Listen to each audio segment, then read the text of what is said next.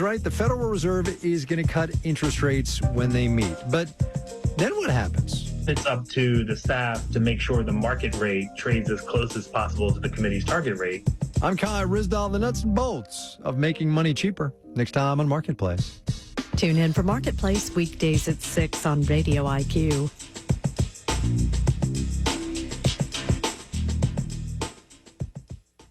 Funding for Here and Now comes from the listeners of WBUR Boston, where the program is produced, and your NPR station. From MathWorks, creators of MATLAB and Simulink software for technical computing and model-based design. MathWorks, accelerating the pace of discovery in engineering and science. Learn more at mathworks.com. And the Music Emporium, guitar sellers for more than 50 years, celebrating the enduring presence of music made on the front porch and center stage. You can learn more at themusicemporium.com. It's Here and Now. One of the Indigenous stars of the FX TV show Reservation Dogs made a lasting impression at the Emmy Awards last night without saying anything. Actor Tefera Wanatai arrived at the ceremony in a black suit with a red painted handprint across his mouth. The symbol is often used by advocates in the movement for missing and murdered Indigenous women as a way to call out the silence about the crisis coming from media and law enforcement. Wanatai was also up for Best Actor in a Comedy Series, but he came up short to Jeremy Allen White in FX's The Bear. Our next guest argues that despite the loss, Wanatai's nomination and that of other Indigenous talent was still an historic step forward for representation in Hollywood. Crystal Echo Hawk is a citizen of the Pawnee Nation. She's also founder and CEO of Illuminative, a Native American social justice organization. Crystal, welcome to Here and Now. Hi, thank you so much for having me, Deepa.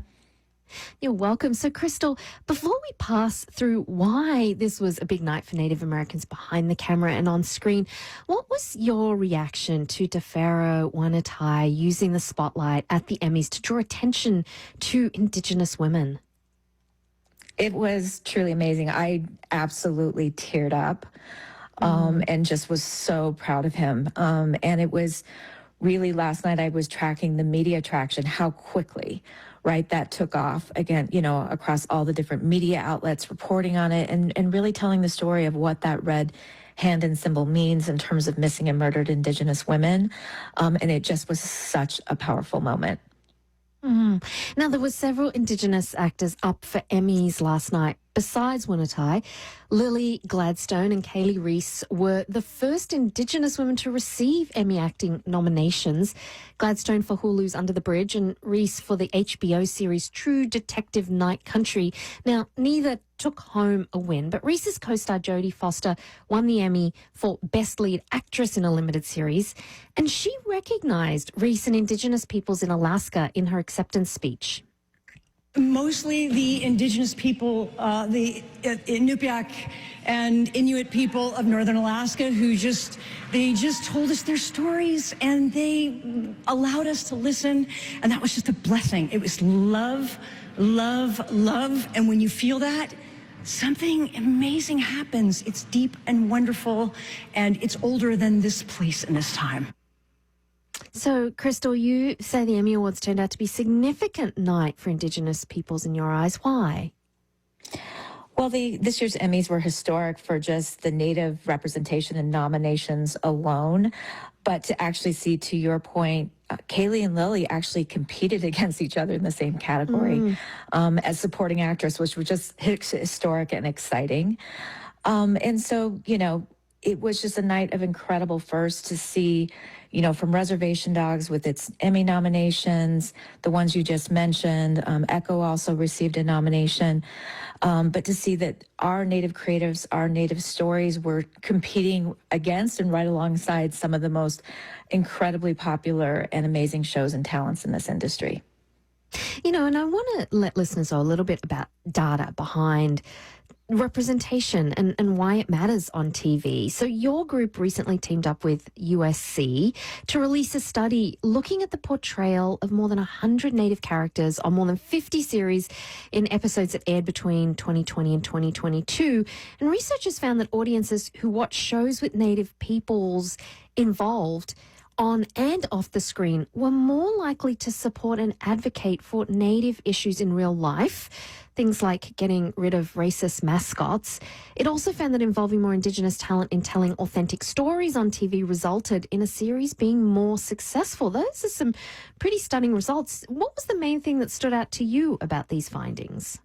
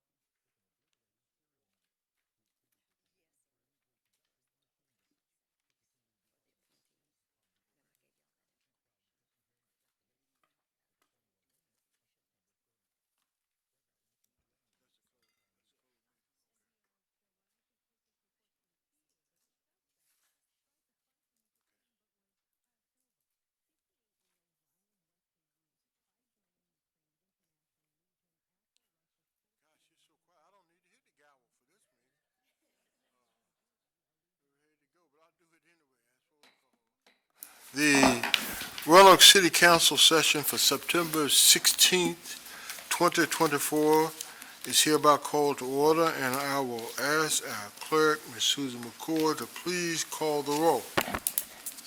Mr. Fitzpatrick. Here. Vice Mayor Cobb. Here. Ms. White Boyd. Here. Mr. Vollison. Here. Ms. Moon Reynolds. Here. And Ms. Sanchez Jones. Here. Mayor Lee. Here. And a quorum is present. Let me just say, council meetings will be televised live and replayed on RVTV Channel 3 on Thursdays at 7 o'clock p.m. and Saturdays from 10 a.m. to 5 o'clock p.m.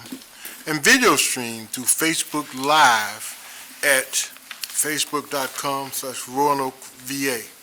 Council meetings are offered with closed captioning for the deaf or hard of hearing. All right, today I will deliver the invocation, and I will also lead you in the Pledge of Allegiance. So will you please stand?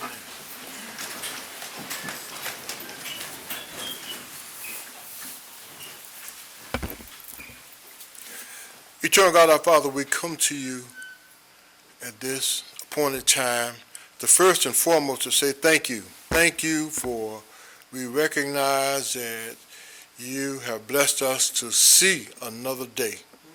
And Lord, we ask you to guide us as this council comes to make decisions not only for this city, but even in the valley, Roanoke Valley.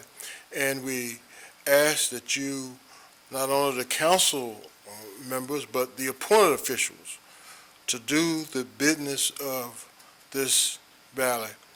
And Lord, we ask you now to help us as we go through and make decisions that will affect the lives of many in our area. We need your guidance and we need your direction.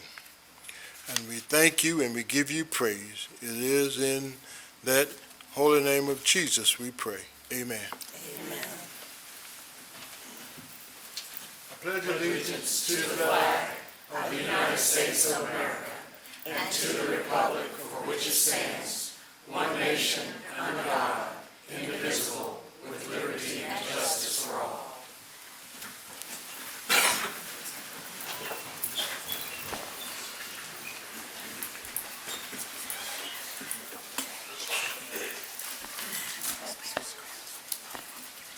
All right.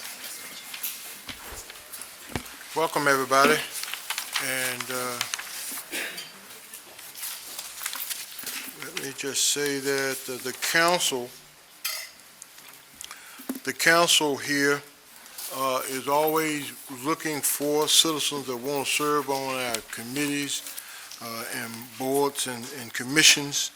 And so we ask you, not only you that are sitting here, but those who are with us on RVTV, to please step forward and help us as we govern this 8-time All-American city. We solicit your support. So in that process, a very easy one. All you need to do is to contact our clerk, and they will give you the information that you need to fill out an application, or go to Roanoke, the city's website at www.roanokeva to complete an online application. Very easy process. And we welcome all of you that want to come and be a part of helping us govern as we go forward. So, and you can find out what's available through the clerk's office, what boards and commissions are open for you. Thank you. All right, the first order of business will be to our legislative committee. Yes, Mayor, but I notice we have a lot of people here, and you might want to do, I defer to Councilmember White Boyd, but I would hate to hold a bunch of people up when we're going to talk about legislative issues. Yeah, so we'll go with the recognition of our visitors, and you got a couple of proclamations, Mayor, and a resolution. If we could do those first, that would be really good. All right, well, I hate to divert from the script, but we'll do that. Did you ask for it to do that? We'll recognize that visit, so I'm going to go down to the lower podium and recognize our visitors and proclamations that we have.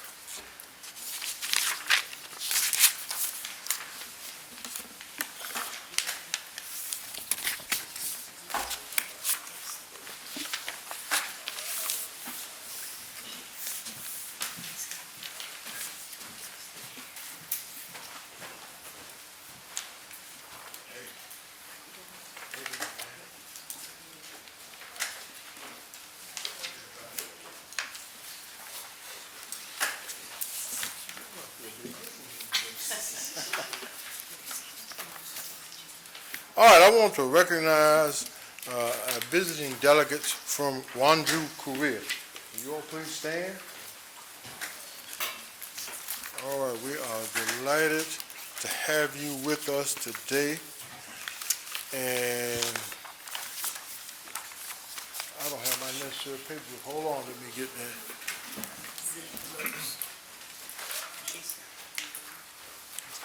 He's got him. Mayor, you can use these. I believe that's it.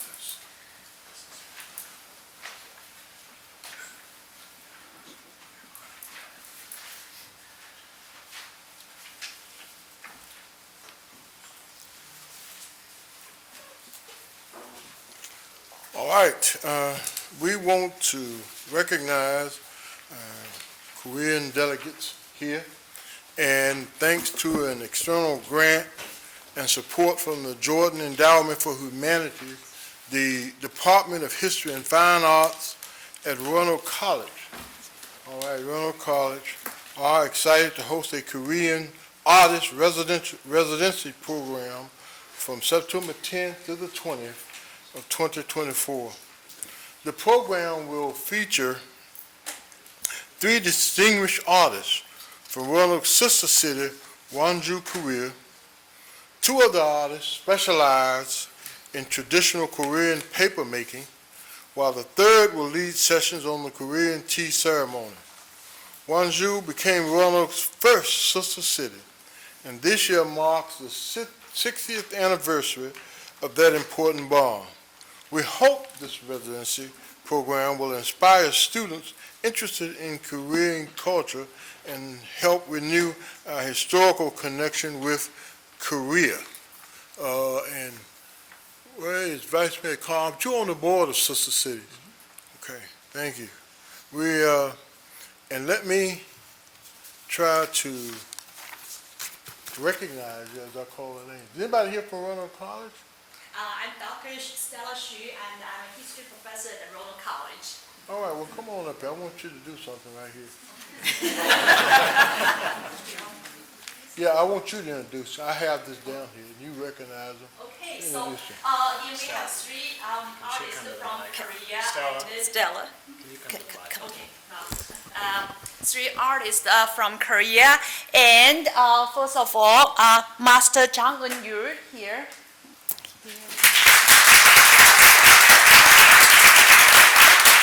And Miss Jeannie Kim here. She is the president of Korean Art and Cultural Foundation. And then next is Master Park. She is the representative of Wonju branch of Korean Cultural Promotion Agency.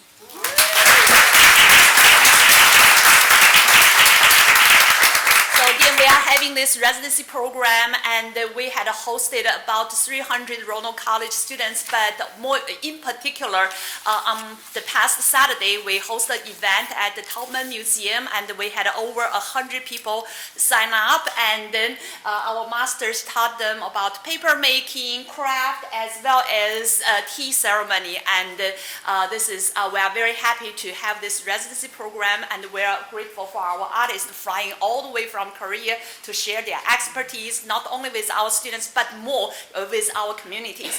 And also we visited Roanoke Catholic School. We also are going to visit North Cross School, and this is an event for the whole community. So thank you very much.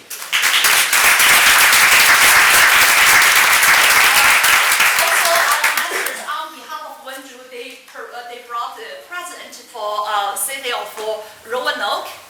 And they are made of Korean paper, and in case some people do not really know of what's Korean paper, they are not just a paper, they are very durable weight paper, and then those paper, because they start from the special materials with mulberry tree barks, and then with 100 steps of production, and eventually come up with paper, and the Korean paper can last 1,000 years. So we are having, so this is the sample of Korean paper, and we have an artwork, a piece of artwork specifically prepared for this event, and we are going to present this to the Mayor Lee, and then to be exhibited in the City Hall.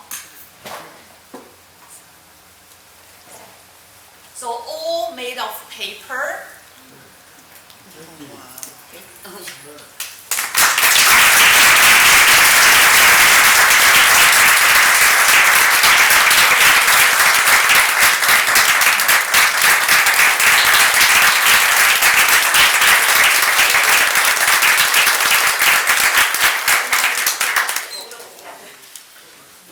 Are we gonna bring them up here? They're gonna bring them up here and get a picture of concert. Angie?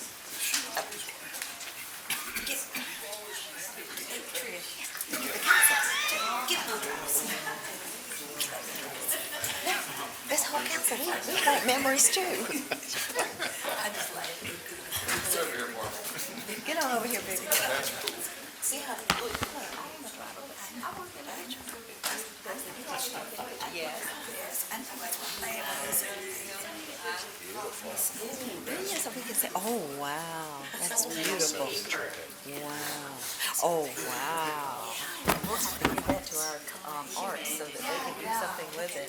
Doug, give it to Doug. Yeah, wow. Yeah. And we give that to Doug, and he would put it. Angie's ready for our picture. Oh, okay. Oh, yeah, we say we can give it to Doug. They'll.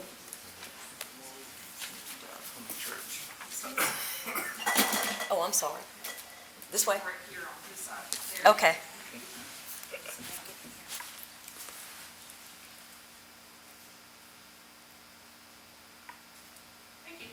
Thank you.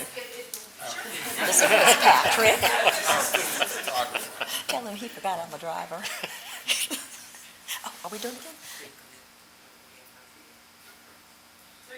Okay.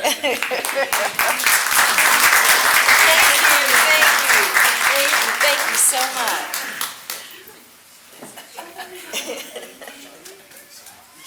Thank you so much. Thank you.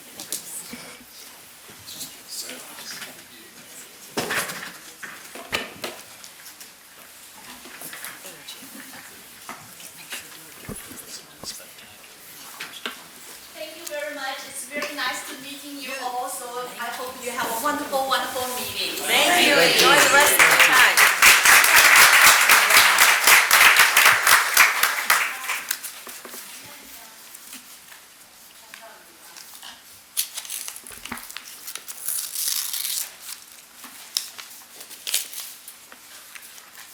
All right, I'm going to ask Katie, have you heard that? Yeah. All right, we have a welcoming proclamation that I want to read, and I'll give this to you.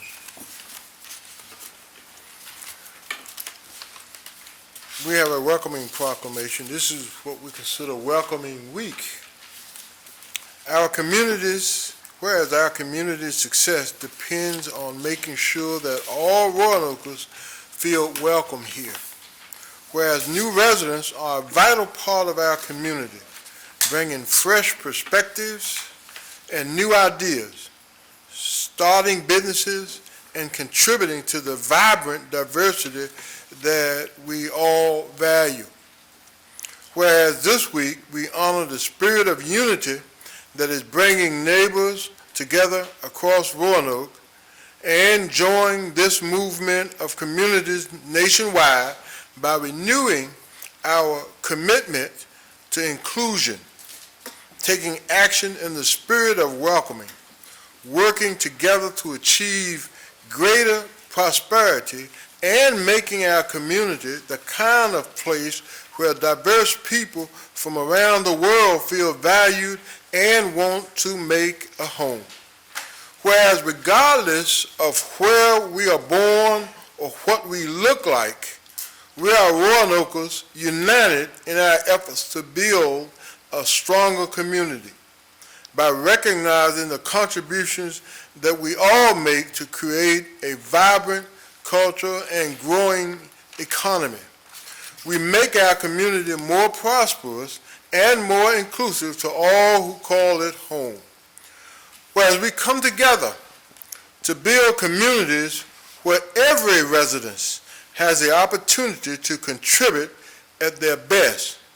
Let us come together to create more prosperous communities and to reaffirm that Virginia still stands as a beacon of freedom and opportunity. Now, therefore, I, Sherman P. Lee, Mayor of the City of Roanoke, Virginia, call upon the people of Roanoke to join together to build stronger communities across our city and across the Commonwealth of Virginia, and do hereby proclaim the week of September 16th through September 21st, 2024, throughout this great 8-time All-American city as Welcoming Week. Okay, thank you.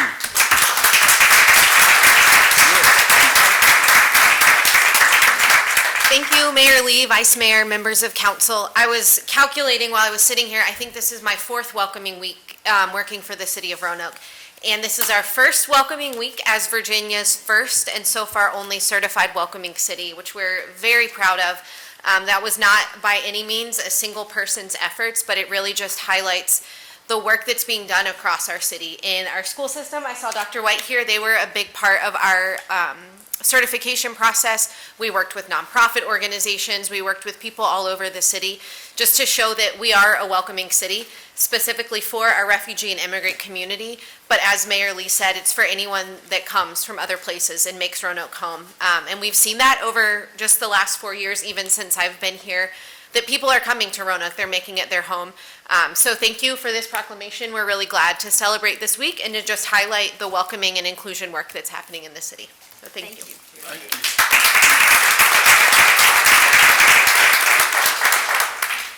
you. Any members of council have any comments?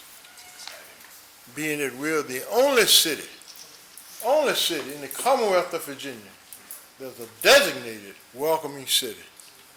All right. Okay. No comments? Okay. All right. All credit goes to the mayor. Okay. All right. I'm going to call on my colleague Vivian Sanchez-Jones to come down. She's going to read a proclamation declaring September 15th through October 15th as Hispanic and Latinx Heritage Month.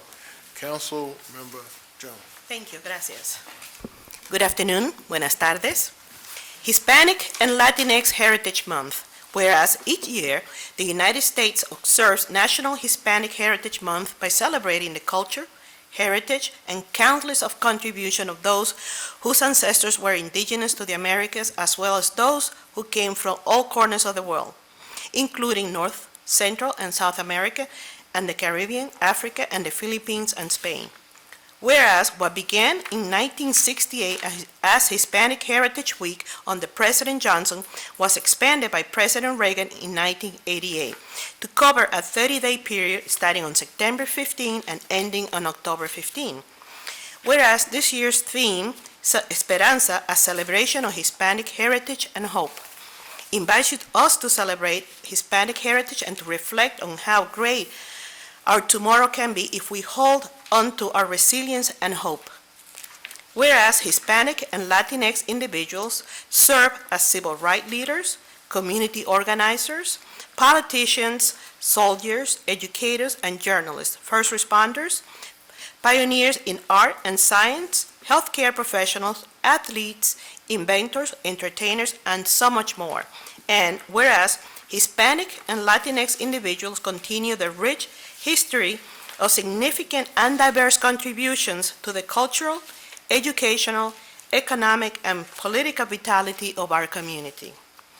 Now, therefore, I, Vivian Sanchez Jones, on behalf of Sherman P. Lee Sr., Mayor of the City of Roanoke, Virginia, do hereby proclaim September 15 through October 15, 2024, throughout this great time All-America City as Hispanic and Latinx Heritage Month. Thank you, sir.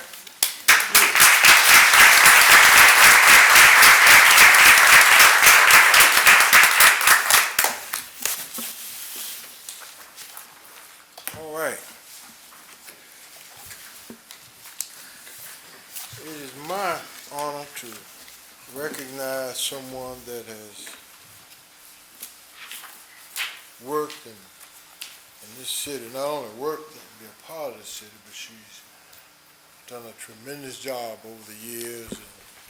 And so we have a resolution honoring her, Evelyn W. Powers, our city treasurer, upon her retirement after 43 years of service with the city of Roanoke. And there's some things I want to say, and I'm sure my colleagues will have some things to say, but there's a resolution I want to adopt. Move the resolution. Second. All right, Madam Clerk, could you read the resolution in its entirety? I will do that. Thank you. A resolution recognizing and commending the services rendered to the city by Evelyn Powers as its treasurer, and expressing the gratitude and appreciation of the city and its people for her service.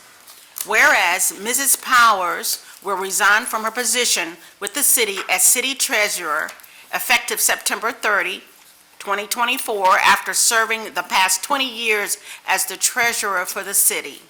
Whereas prior to her service as city treasurer, Mrs. Powers worked in the municipal auditing department, where she worked in the department for 23 years. Whereas Mrs. Powers has dedicated 43 total years of service to the city of Roanoke. Whereas Mrs. Powers earned her undergraduate degree from Suffield University and completed her Master Governmental Treasury certification from the University of Virginia, the Weldon Cooper Center for Public Service in 2008. Whereas before coming to the city, Mrs. Powers spent 2 years in the private sector working for what is now Wells Fargo Bank. Whereas in her role as city treasurer, Mrs. Powers, the city treasurer, is the city's chief financial officer, where she managed 21 deputy treasurers, managed the investments of local funds for the city and Roanoke City Public Schools, and was responsible for every form of revenue that came to the city. Whereas the citizens of Roanoke City elected Mrs. Powers 5 times as the treasurer. Whereas Mrs. Powers held many positions with the Treasurers Association of Virginia, to include the treasurer, second vice president, first vice president, president-elect, and president. She received the President's Award in 2015 and was named Treasurer of the Year in 2017. Whereas Mrs. Powers received the office accreditation in 2008 by the Treasurers Association of Virginia and has achieved accreditation every year since. Whereas Mrs. Powers worked many years with Miss Virginia Pageant and was a loan executive for United Way of Roanoke Valley. Whereas Mrs. Powers, along with the city of Roanoke, was one of the 2 localities that helped create the Virginia Investment Pool, where she has served on the board as a vice chairman for the Virginia Investment Pool with VML VACO Finance since its inception in 2014. And whereas Mrs. Powers has served the city of Roanoke with the highest professionalism and competence and exhibited intelligence, skill, and a strong work ethic throughout her tenure as our treasurer. Therefore, be it resolved by the Council of the City of Roanoke as follows. 1, the City Council adopts this resolution as its means of recognizing and commending the meritorious services rendered to the city of Roanoke and its people by Evelyn Powers, expressing the gratitude and appreciation of the city and its residents for her service. 2, the city clerk is directed to forward an attested copy of this resolution to Evelyn Powers. Thank you.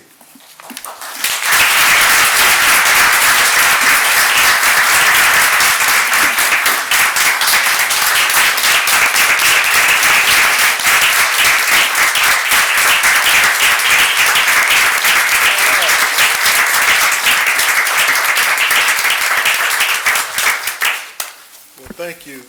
Members of council, I want to omit the discussion right now, and I want clerk to call the roll that we vote on this to make it all easy. Mr. Fitzpatrick. Aye. Vice Mayor Cobb. Aye. Ms. White Boyd. Aye. Mr. Vollison. Aye. Ms. Moon Reynolds. Aye. Ms. Sanchez Jones. And Mayor Lee. Aye, and the resolution passes. All right.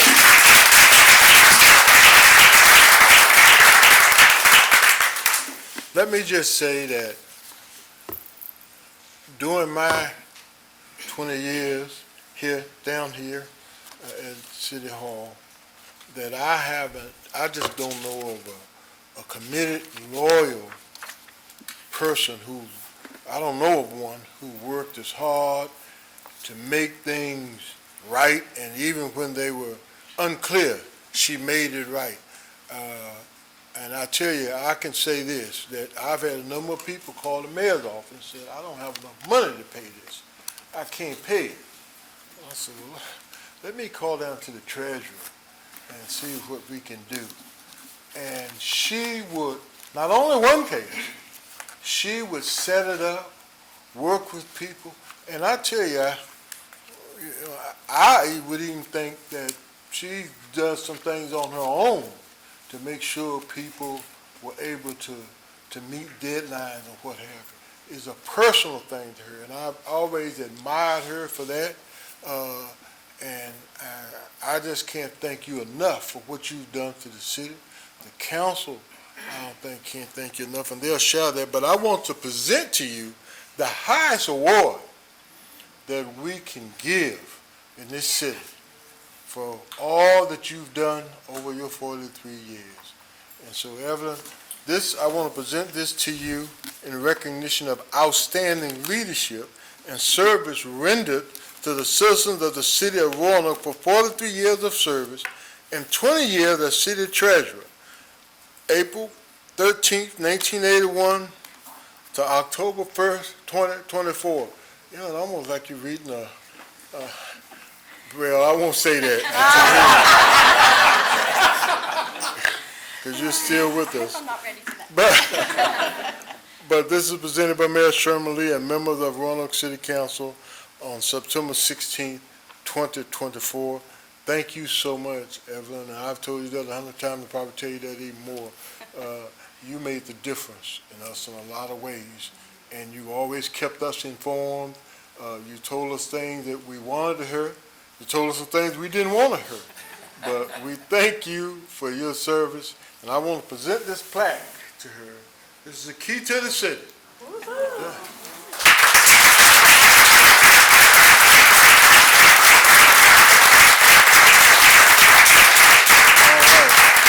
Yeah. Before we do a photo op, I want to just ask my colleagues if they got any comments. I know they want to say so. Then I'll let you have some words to introduce your family. What end you want to start at? All right? Okay. Oh, well, let's sit back. Well, I'll just stay standing. Congratulations, Evelyn. You're joining the ranks of us with 43 years. And as you know, you and I talk a lot, and we reminisce a lot because we came about the same time. I was here a little bit before you in the city clerk's office, and I recall when you became the executive secretary to the municipal auditor. And our relationship grew from there, and then when you went over into the treasurer's office. And I recall that was right after Dave Anderson, if my memory serves me right. And so you've brought the treasurer's office a long ways from where it used to be. I can recall how we entered and how we exited. And and the mayor was right, you have given your heart. You have a servant's heart. And that takes a lot when you're in public service, to remember who you are and who you work for. And I can truly say, from my experience of working with you, you are that person. And I wish you the most success, and you may as well put it out there. I am proud to know that you're going to run as a nonpartisan candidate for the Roanoke City Council. And with that, you will bring that knowledge to the council dais to continue your service with the city of Roanoke. So thank you. Thank you. Evelyn, I've worked with you for only about 2 years officially, but I remember seeing your yard signs when I was walking to high school. Thank you.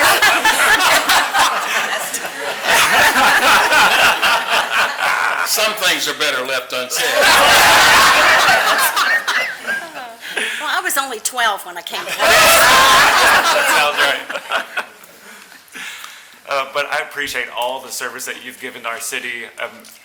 There's just so much that you've done over 43 years that we can't even talk about it. I mean, it's just such a huge list, and that resolution is pretty long already.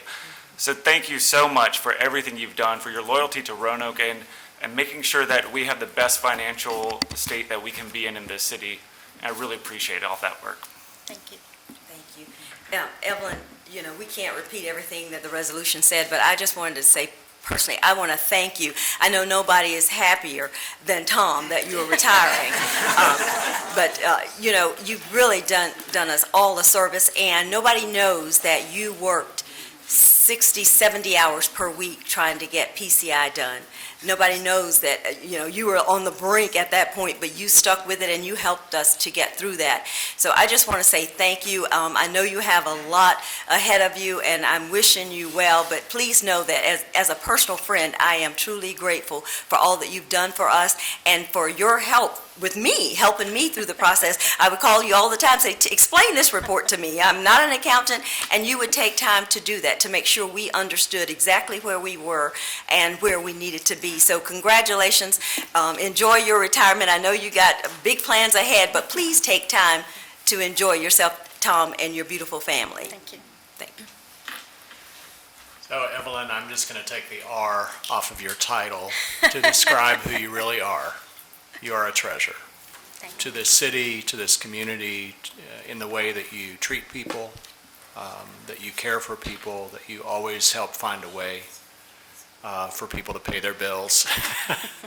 But it's more than that. I know in the community you go the extra mile for so many people, and that's truly a treasure. Trish alluded to PCI, and I know how extremely challenging that was for you to get that across the finish line. But in addition to that, you've seen a complete renovation of the treasurer's office and maneuvering through that relocation temporarily. And I frequently hear from people about how much they appreciate the hospitality they receive through the treasurer's office.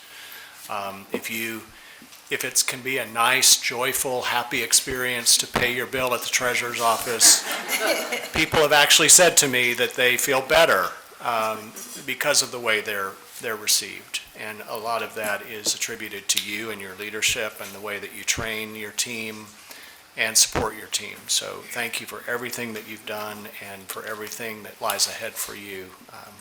Extremely grateful for you. Thank you.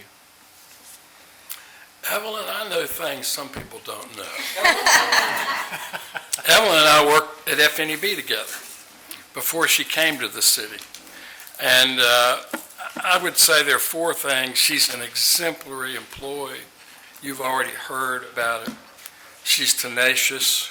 Don't ever get in a battle with Evelyn because she will win regardless. Always professional. Always a person whose integrity you could count on.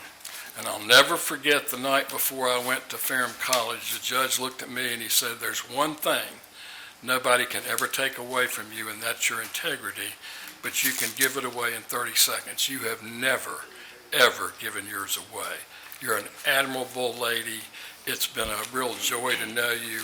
I'm honored to have been on council when we appointed her, which was something very special for me. Now, I need to ask the mayor for a point of order because I did not know that she had gone to UVA. And I'm a Hokie. I may take my vote back. I'm not sure. I'm still thinking about it. But bless your heart.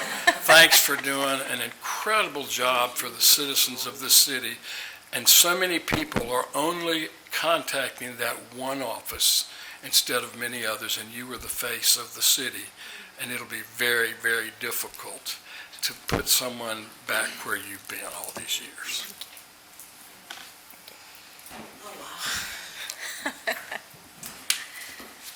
I don't know if you recall, but you and I met in this room many, many years ago during those evening meetings.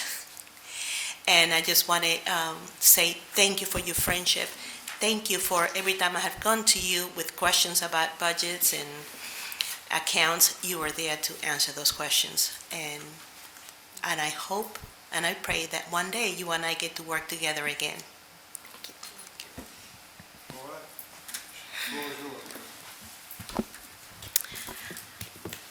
I can't tell you what this means to me.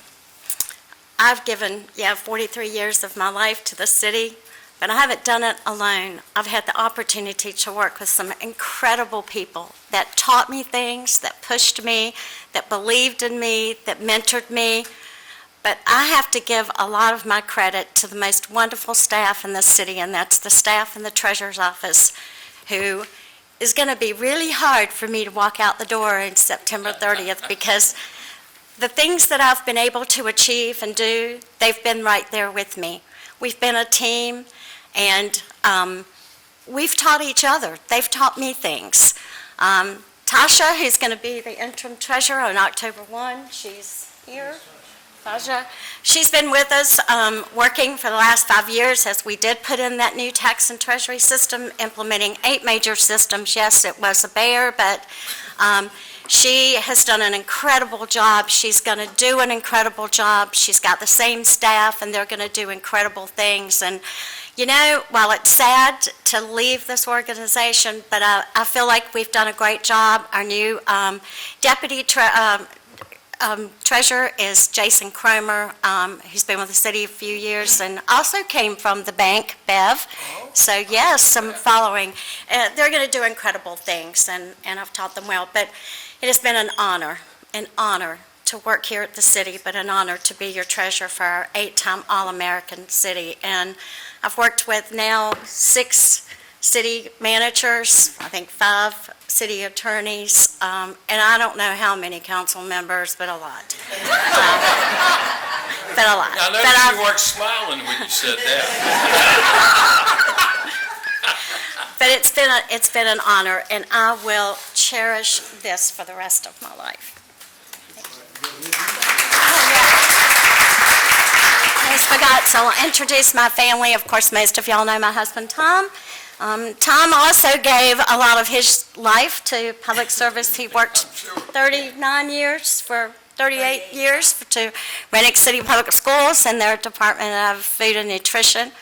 My daughter, Amy, and my son-in-law, Brandon, who is also in public service. He is a captain with Roanoke County Fire and EMS. And my granddaughters, Caitlin and Abby.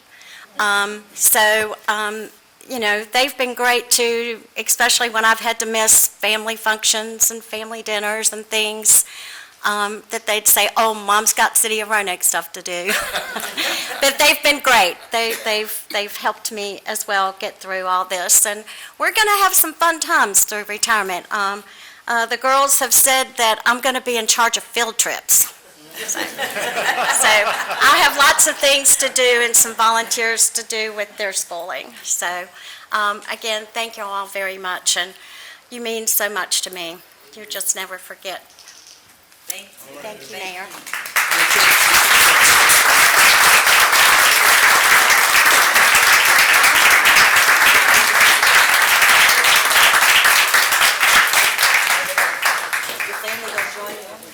Your family comes.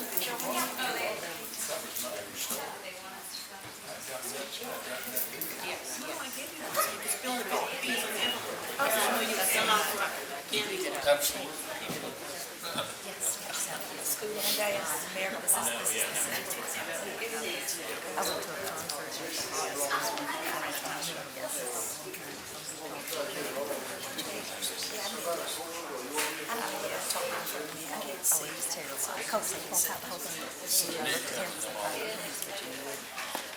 All right. Even the ambulance driver should. Can you see me? So, What about right in here? Come on. Can you see me? He goes. Where you want me? Okay. Does this help? No, I can't see that. In case you repeat.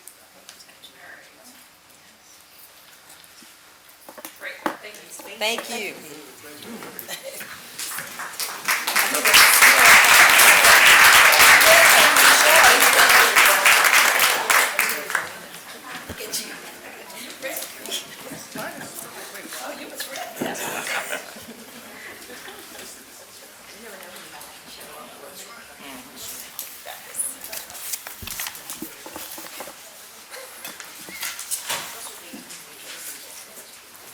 Madam Clerk, before I leave, that's it on citizens recognition? Yes. Okay.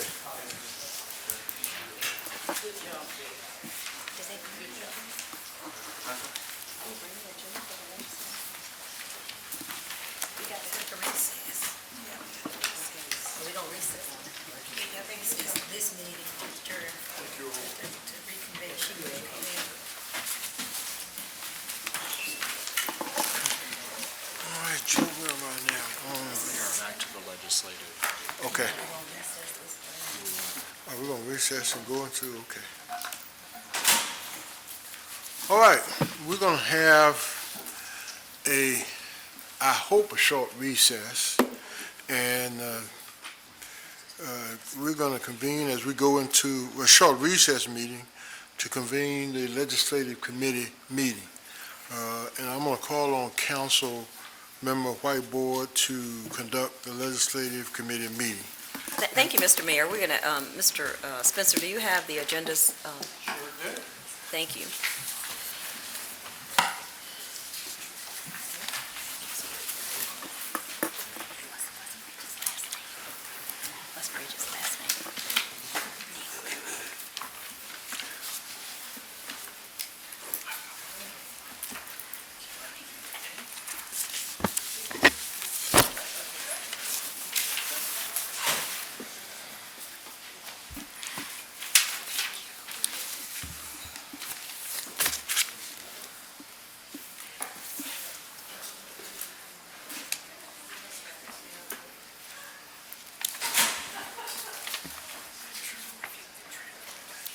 It is now 2:45 p.m. and I want to call to order our first legislative meeting for this session.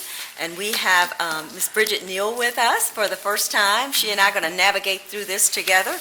And I will ask her to call the roll. Ms. Sanchez Jones. Aye. Mr. Fitzpatrick. Aye. Vice Mayor Cobb. Aye. Ms. Whiteboyd. Here. Mr. Velosin. Here. Ms. Moon Reynolds. Here. Ms. Quintana. Here. Ms. Saunders Cotton. And Mayor Lee. Here. Thank you so much, Ms. Neal. I just want to say welcome to our first session. There's going to be a whole lot packed into it, so we're going to try to move relatively quickly. I'd also like to recognize who's hiding behind the podium, Dr. White, from our superintendent from Roanoke City Public Schools, and I think she brought with her Ms. Quintana. Thank you so much for being here. First, I want to adopt the minutes from our November meeting and our December meeting. Those minutes were sent electronically, and I will ask, are there any corrections or any updates to those minutes? move to accept the minutes. Second. With that, we will accept the minutes as written, and we're going to move on to our introduction of our new liaison, Mr. Preston Bryant. There you are. I was looking for you. There you are. And thank you for being here in person. A lot of times we have to do this via Zoom, but I just appreciate you being here in person. So if you want to come forward, well, actually, we're going to go with the school's legislative priorities first. And I know Mr. Siebert is not here, but I'm happy to recognize you, Dr. White, if you want to do it in his stead. Thank you and good afternoon. Good afternoon, everyone. Good afternoon, Madam Chair and members of the Legislative Committee. Good afternoon, Dr. Patton, and members of the public as well. Many thanks also to our Legislative Committee, Ms. Natasha Saunders Cotton, as well as Ms. Liz Quintana, who's here with us today as well, and for the opportunity to present a summary for the City Council's Legislative Committee. The Superintendent's Policy, Governance, and Legislative Committee met on September 5th, 2024. In addition to ongoing work related to board policies and regulations, the committee reviewed a draft list of the legislative priorities that you should have before you. And these draft priorities are centered around the primary areas of legislative focus and advocacy for Roanoke City Public Schools. RCPS also publishes position papers that provide local context and recommendations on select topics. So those position papers are behind your priorities. So your first page, you have the priorities, and then you have the position papers behind it. So just as a brief summary, those priorities are centered around local control. Again, we know that education and teaching and learning, it's a complex process, and that it's a national priority and a state responsibility, but we're always advocating for local function. It is a local function, so we would ask for your support in supporting local school board authority.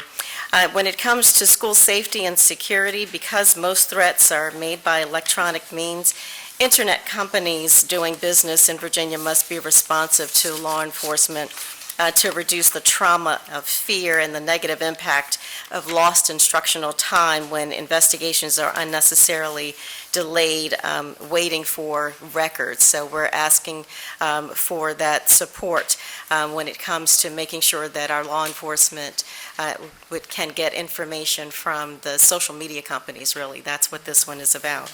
And then also a continued commitment to serving all students, improving outcomes for all students. So this is where we mean all means all. Not all doesn't mean some. So that continued commitment. When it comes to governance and budget, RCPS strongly supports many of the JLARC recommendations, specifically 1, the elimination of the support staff cap on positions, 2, the calculation of salary and other cost assumptions using the division average rather than the linear weighted average, and 3, adjust the SOQ formula to remove the cap on non-personnel cost assumptions to account for facility staff costs as well. And then the next one on employee compensation, and keeping in mind that while we have made great gains to improve employee compensation, as you will recall, 2 years ago we had a 14% increase in teacher compensation and a 15% increase for our classified staff compensation. Yet, when adjusted for inflation, we know that many of our teachers, particularly our new teachers, still have $2,800 less buying power than they did 15 years ago. So again, your continued support with employee compensation would be appreciated. And then when it comes to assessment and accountability, modernization, keeping in mind that we support the bifurcation of the assessment and accountability system, but the timeline is very, very aggressive given that the Pearson contract is up in December. We would advocate for a longer timeline. So again, those priorities are there laid out for you. Additionally, the committee was informed that the City Council has changed lobbyists from Advantage Strategies to McGuire Woods, but that the board's agreement with Advantage is renewable for 3 more years. Considering that the board's legislative priorities are generally incorporated by the City Council into its legislative package that will be advanced by the city's lobbyists, the committee is inclined to continue the board's relationship with Advantage to multiply the multiple avenues of advocacy and during the 2025 legislative session and review next year. Also, just as a reminder, the board's annual Take Your Legislator to School Month event will be at 9 a.m. on November 26, 2024 at Daytech. As in previous years, council members are always invited to attend. And Madam Chair, that ends my report and for your consideration. Thank you, Dr. White. Does any of the members of the Legislative Committee, do you all have any questions for Dr. White, or are you okay for right now? Dr. White, thank you for letting us know also your intentions to remain with Advantis, and I certainly understand why you would want to do that. Thank you so much for that. And I think we may have an October meeting. I'm not really sure yet. We're going to kind of see how things go, but it looks like we probably will, because I want to make sure that everybody understands your priorities, and if they have any questions, can get back to Mr. Sievert to make sure that we're all clear moving forward. You have something you want to say, Mr. Spencer? Just real quickly, Mr. Bryant will have a presentation, and I think he can address some of these issues as well. Okay. All right. Thank you so much. I appreciate it. Thank you. And Mr. Bryant? Yes. If you want to come forward. Mr. Bryant is our new, like I said, our new legislative liaison, and he will, and Dr. White, if he doesn't, well, hopefully we'll pass on to you some of the things that he's going to address to make sure that you're okay with some of the things that he has listed. Or you can leave, or if you want to stay, it's up to you. I just want. I'd like you. For him it might be helpful if you could. Working relationship with Advantis. Yeah. Okay.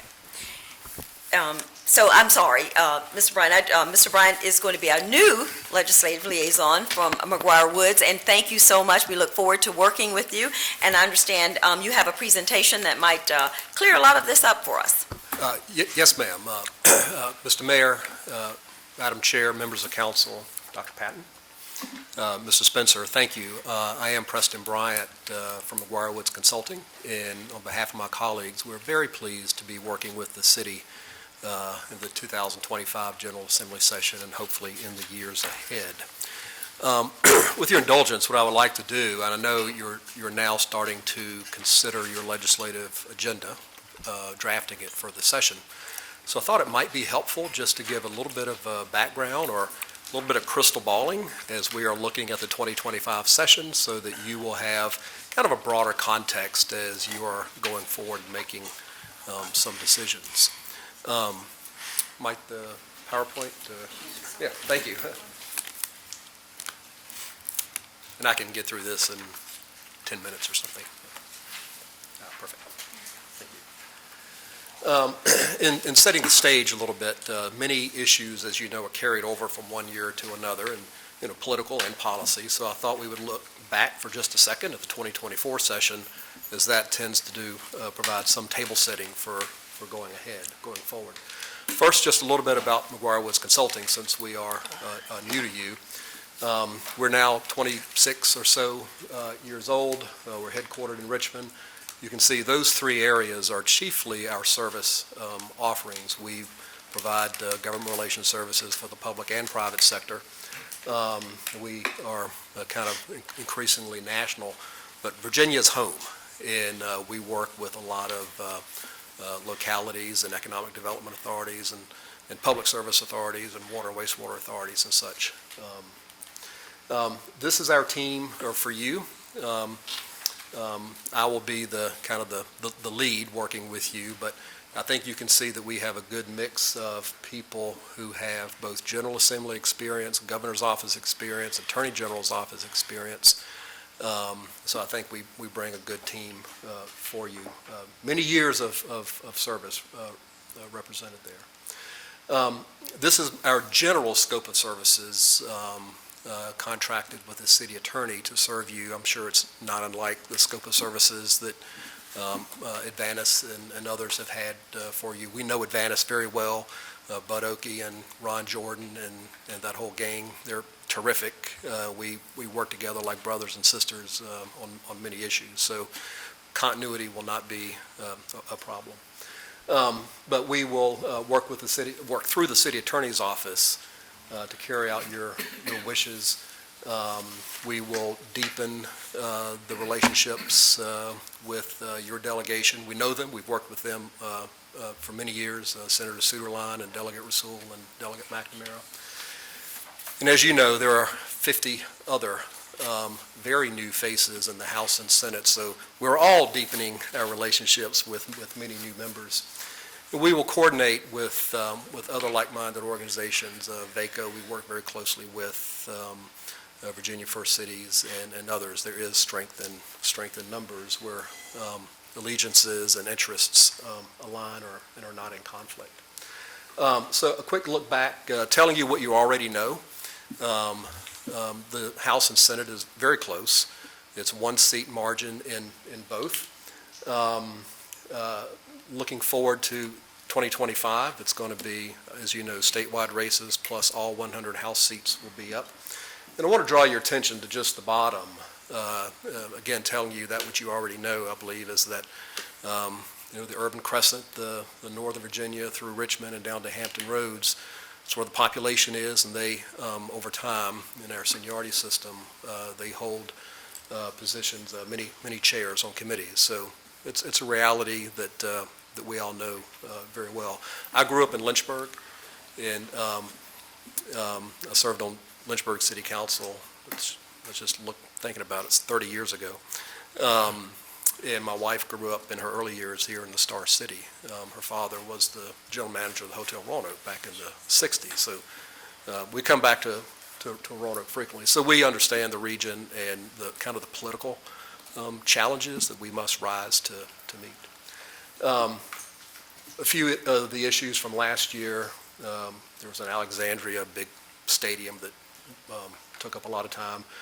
Virginia's marijuana laws are complex, and the legislature, the House and the Senate, thought they had a framework for going forward last year. That was passed, but the governor vetoed. Minimum wage, it's a priority for the legislature to meet $15 per hour. The marketplace has generally taken care of that, not in every profession or job, but that was passed last year and also subject to veto. Skill games is going to be an issue. They thought that they were making progress on it last year. It got caught up in budget issues. There's an estimated $124 million in revenue associated with skill games. So the debate is, how do you keep a good chunk of that money at the local level where the money is generated? And then what do you do with it? There are proposals to earmark it for K-12 school construction renovation or for at-risk pre-K and third and fourth graders or 3 and 4 year olds. So there are a lot of proposals that the legislature will work through. Data centers is a big deal in other parts of the state. Could be here. I'll skip to the bottom.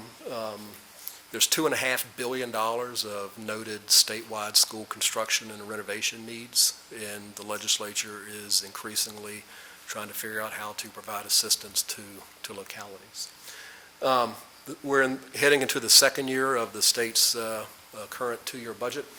The important thing to note there is just there was quite a bit of a standoff last year, and the budget was late in being adopted because there was the healthy discussion between tax policy and investments. At the end of the day, it was a draw. There were no tax increases or tax cuts, but this year is going to be a new year for budget amendments. So looking forward to this year, just the state of the economy. We're going into a very robust, healthy budget year. The last General Assembly, the last 2023, 2024, took a very conservative approach, as did the governor. They were aligned with that. They were still not certain what interest rates were doing. They predicted, or they kind of judged, do we prepare for a mild recession or at best a soft landing? Neither of those materialized. Virginia's economy has remained robust. And you can see that consumer spending was up more so than thought. State job growth was up more than thought. So they are going into a very good session. In mid-August, as is usual, the governor and the Secretary of Finance presents a state of the economy, if you will, to the House and Senate appropriators. And Secretary Cummings said the Commonwealth has never been in a stronger position, from its balance sheet to AAA bond rating to a $1.2 billion surplus going in. The governor will release his budget proposals in mid-December. So there's a lot of so-called surplus there, but there will be a healthy debate on tax cut or tax rebates or tax relief versus critical investments in core services and infrastructure. I will note that there is a $140 million shortfall on Medicaid, one of the state's big budget drivers, so they will have to take care of that. But they've got a lot of money to work with, and VML and BACO and Virginia First Cities and others are closely watching how that money might be appropriated. We will work with you on your wishes. Looking at what to expect, just this is the governor's last year in office, and this will be his last General Assembly session. And politics is policy in some respects. Politics and the political lay can color how policy is debated. I'll note that we will have November elections, so there will be lessons learned over how that may turn out, and then they will be preparing for the 2025 races in Virginia.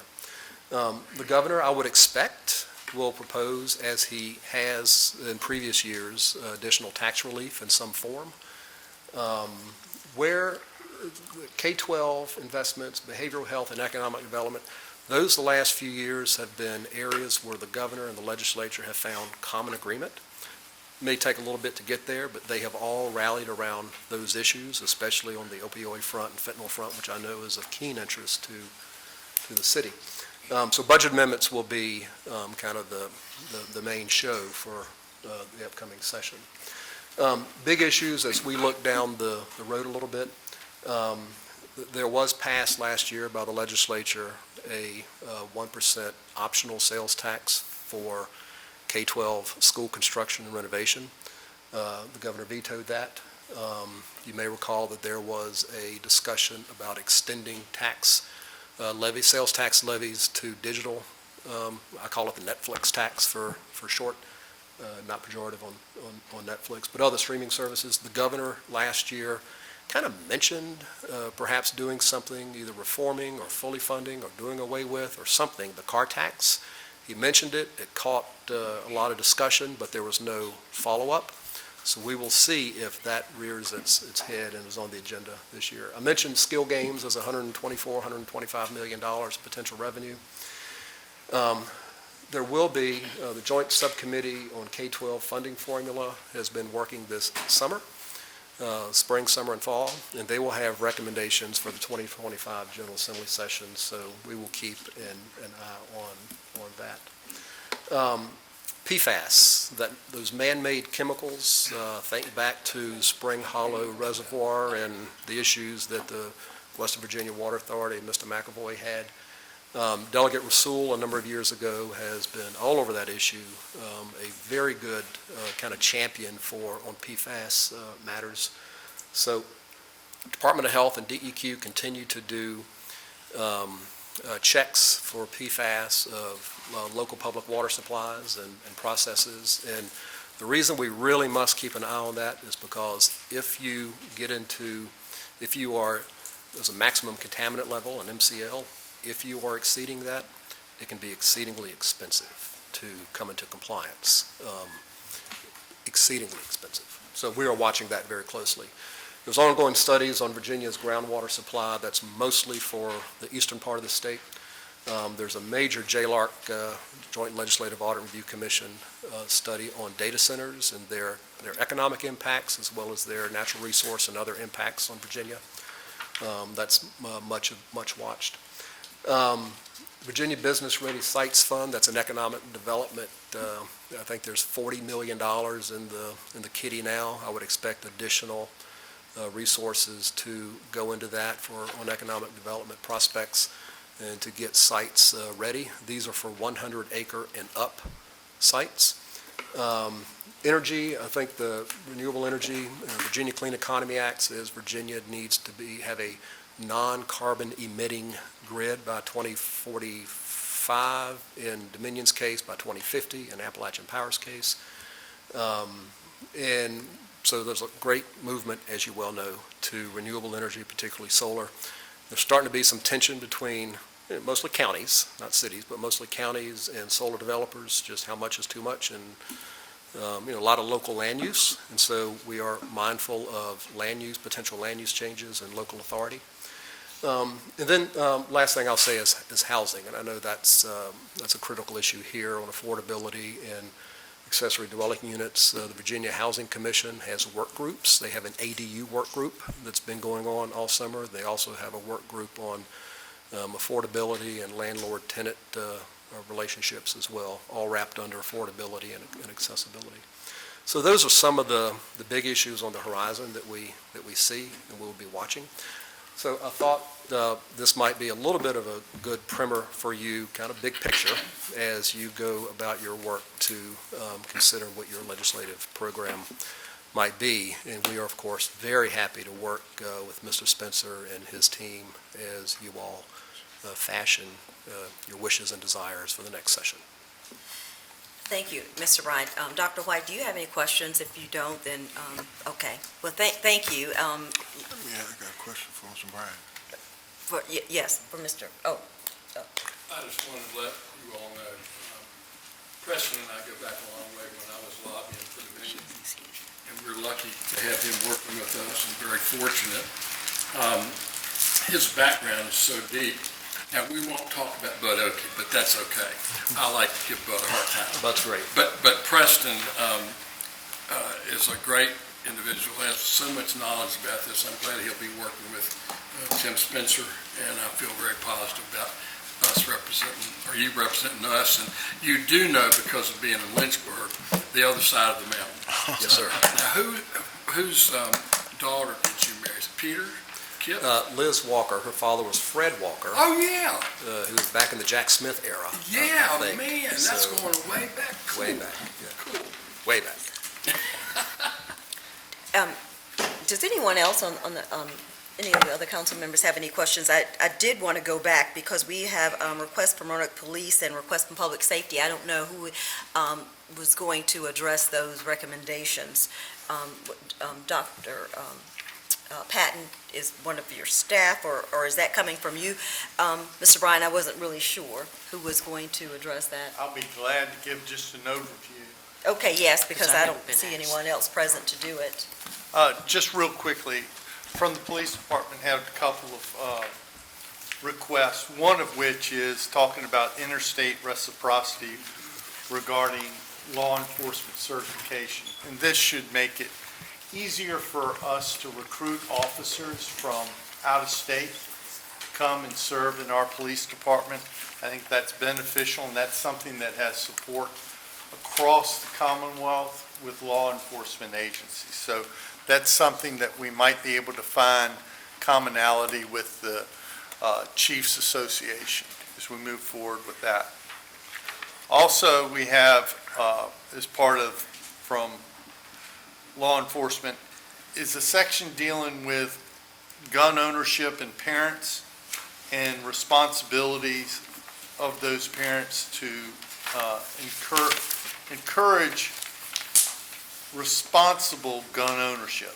In other words, parents shouldn't allow their firearms to needlessly come into possession by the child, and it holds great responsibility on the parent if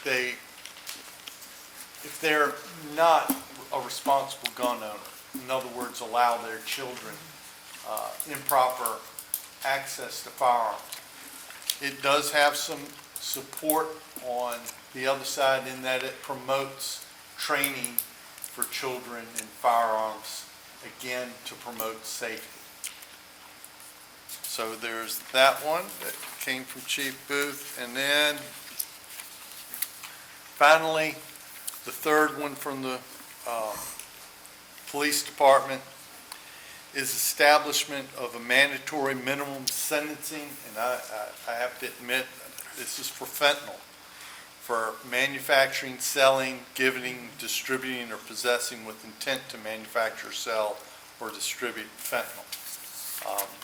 Many of you know I sit on the Opioid Abatement Authority and have seen the evils of this drug and the devastation that occurs in our communities. So, yes, that's my editorial comment. I hope you all will support that. So that's from the police department. And I believe we have, yes, I saw Ross here, so he's here to address his request from that department. And if you want to come forward, Ross, and we'll hear Dr. from you. Patton. Before Mr. Bryan leaves, I have a question I But want no, to he's ask. not going to leave because we're not done yet. Yeah, we I definitely. saw him leaving the podium, okay. Is it on this one? Mayor, you want to have a question on this, or you want? Well, I just, a general question. Yes, sir. Do you foresee the governor and the legislators coming to an impasse this year, as it was last year, a tug of war? Is that what we're looking at this year, coming into the session? Everything's possible. Yeah, okay. Yeah, I would, in the past, where there has been significant difference, it's been usually over tax policy.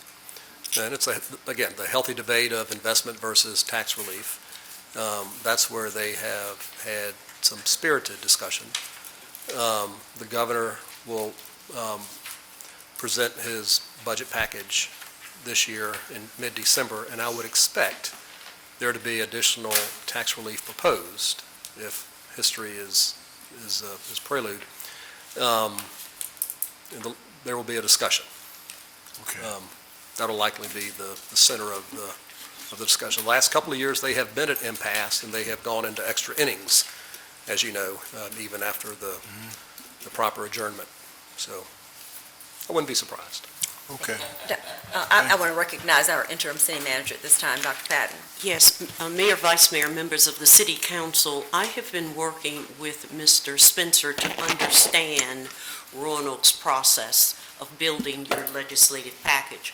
One of the things that I think is important is that every director should be engaged in whatever areas that will impact their departments, and then they bring forward what those areas are. It should not just be the police department, and it should not be just the engineering, because there are things going on around the nation and the state that every director should be engaged. I'm going to ask that I give another week to the directors and ask them to submit something that's going on across the nation and with our legislative process impacts what they're doing, even if it's youth sports or economic development, there's something. So if you give me this week, I would assure you, you will get some items. Thank you, Dr. Patton. And it certainly looks like that we're going to need our meeting in October, so we will do that. Yes, very good. So with that being said, I guess we'll wait on yours, Ross. And there was some other items that still remain on our request list, and that is our charter change. Do you want to talk about that, Mr. Spencer, and the amendment for the Director of Real Estate? Do you want to talk about those couple of things? And Yes, we have two charter changes, one of them which has gone through the General Assembly twice, which is, and I know it seems odd, because we've had how many elections in November for councilmatic elections? And yet, every time we go to the General Assembly, that charter change has been shot down. Again, I just ask, because I don't want to assume, although I am kind of assuming, that council would like to try again. So if so, we will have a public hearing in October and tee up that, that'll be the second meeting in October. And we will have that ready to go. That simply cleans up our charter to move the councilmatic elections from May, which they haven't been for 6 years plus, to November as they're being held. The other one is to have the charter amendment. We've already done the code amendment. to have making the Director of Real Estate Valuation council-appointed officer. So that one has already had the public hearing, and council's already adopted both the city code changes necessary and the proposed charter amendment, and we'll send those forward to see if we can get those adopted. Thank you, Mr. Spencer. And for those who were not following and who have not followed this, a charter change for the councilman elections is nothing unique. Probably 90% of the state now has already gotten that because it became very political with one of our senator, and we hope that it's not going to be that political because it's just housekeeping. So we would hope that people have gotten to the point where they're over that kind of political nonsense and we get our charter changed. Also, if he does not carry it, can someone else carry it for us? Because it's just a simple charter change. Yes, ma'am. Obviously, a House member can carry it. Often it's not uncommon to have what we call dual introduction. A House member and a senator will introduce it on both sides, both chambers. But it's also possible for just one member to put it in. Usually you want to keep these things within your delegation. Sure, well, Yeah. we know how that worked out Yes, for us. Well, isn't that the law now? I mean, I'm a little lost on, isn't that the law now? It Yes, is the it law, is. This and is that's why- strictly housekeeping. And I believe that our two delegates in the House of Delegates would be supportive. I think they would too. I think they were not there or not present before, and I think former Senator Lionel Spruill tried to do it for us in their absence, because for some reason Senator Edwards was not there. But like Mr. Spencer said, it's been 6 years now, and it's just housekeeping, but it would be nice for us to have our charter changed to reflect that. And I think there was only... And Madam Chair, I'm always an optimist, the glass is half full. I would love to have the opportunity to see if we could get our senator, now that he represents the city of Roanoke as part of his constituency, to see if I can persuade him to be a sponsor. Okay, well... We'll give you the key to the city. Good luck on that Oh, one. I see what happens when you do that. That's when you usher people out the door like y'all did Evelyn. Well, But no, I would love that opportunity. He does represent the city of Roanoke now, so he should be working with us instead of against us at this point? Yes. If I might remind y'all, we did ask for this last year and were rebuffed. Yes, we did. So, I mean, but Mr. Spencer is an optimist, so we'll let him go with The that. optimist in me wants to try.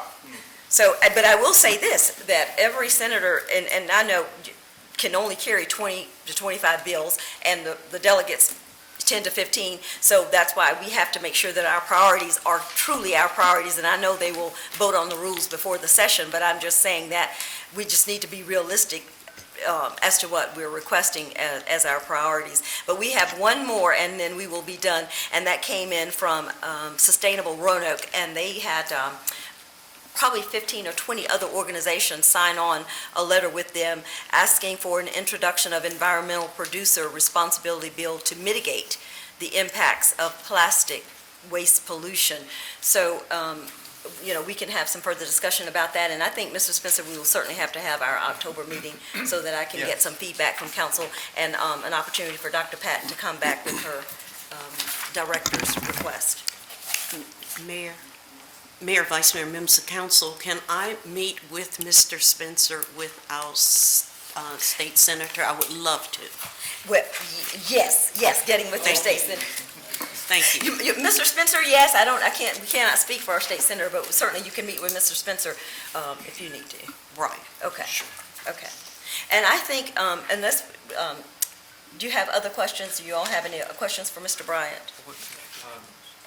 I just had a couple of quick things to add, but I can do those whenever. Do you have them, you can submit them in writing, or you have them already, or you want to just give them to? Well, I can certainly work to submit it in writing. I just wanted to make sure they were part of the record. Yeah. Sure. Yeah, please. So the first is just related to the ongoing legislation with the land bank. And that's a request to expand the guidelines regarding assessed values of properties. Right now, it's set at $75,000 or less, and I'd like to see that increased, at least to $100,000, because a number of the properties that would be eligible potentially for transfer to the land bank fall within that range, and with overall assessed property values up across the city, I think we're missing out on some properties that could be transferred very easily. I'll give you one quick example. There was a property that would have been perfectly eligible for the land bank, but because its assessed value is $78,000, it's just $3,000 above the threshold, it's not eligible. So that's why I'm anxious about the range. And then the other is just to keep track on House Bill 802, which would allow localities to seek an injunction against a landlord with proven building code violations and ask for damages, to make sure that that moves forward as legislation that we might be able to support. Thank you, and if you would send those over Yeah. to Mr. Thank you. Spencer in writing. And Mr. Fitzpatrick? We have done this in the past, and that is to encourage the General Assembly, and Preston knows, we've talked briefly, to make the Transportation Museum a state agency. You all have all that in writing already. It's been adopted by the committee several years. If we would just take what is already there and resubmit that as part of this package, it would be very... Mr. Spencer's taking notes. I'm sure Ms. Neal is taking notes also. great. And I think we've heard from everyone except for Ms. Sanchez-Jones. Do you have anything you want to add? The mayor said no. Do you have anything? Okay. Oh, yeah. How can I forget, Mr. Mullins? Look at the other one. I'm looking at them. Just really briefly, there are two items. One that's from the Regional Commission, the Roanoke Valley Allegheny Regional Commission, with the new Blue Ridge Innovation Corridor, what was the former I-73 corridor. We're looking to get some funding to start that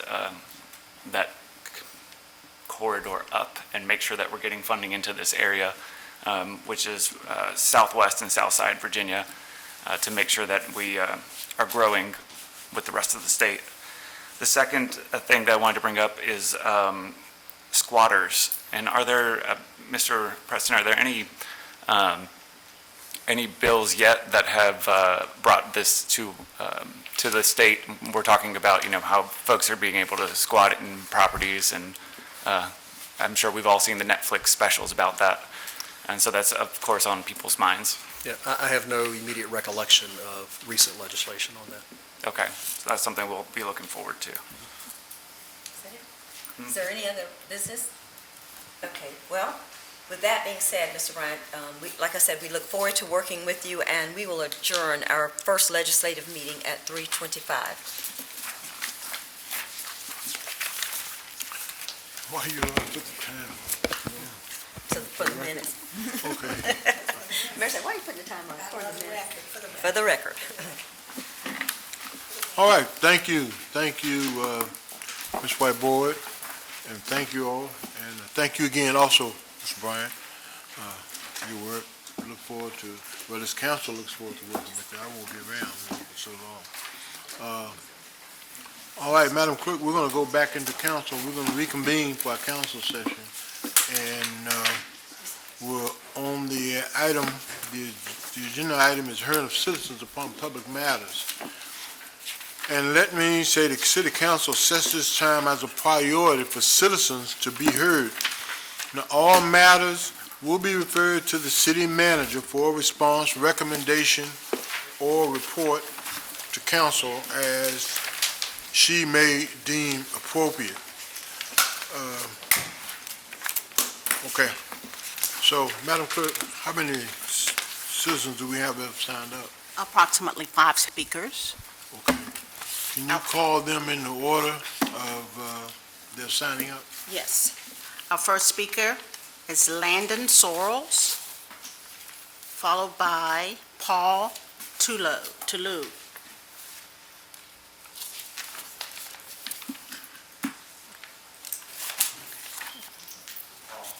You're Paul? Okay, you can come, and looks like the first speaker is not here. Please come forward. You have 3 minutes. Okay.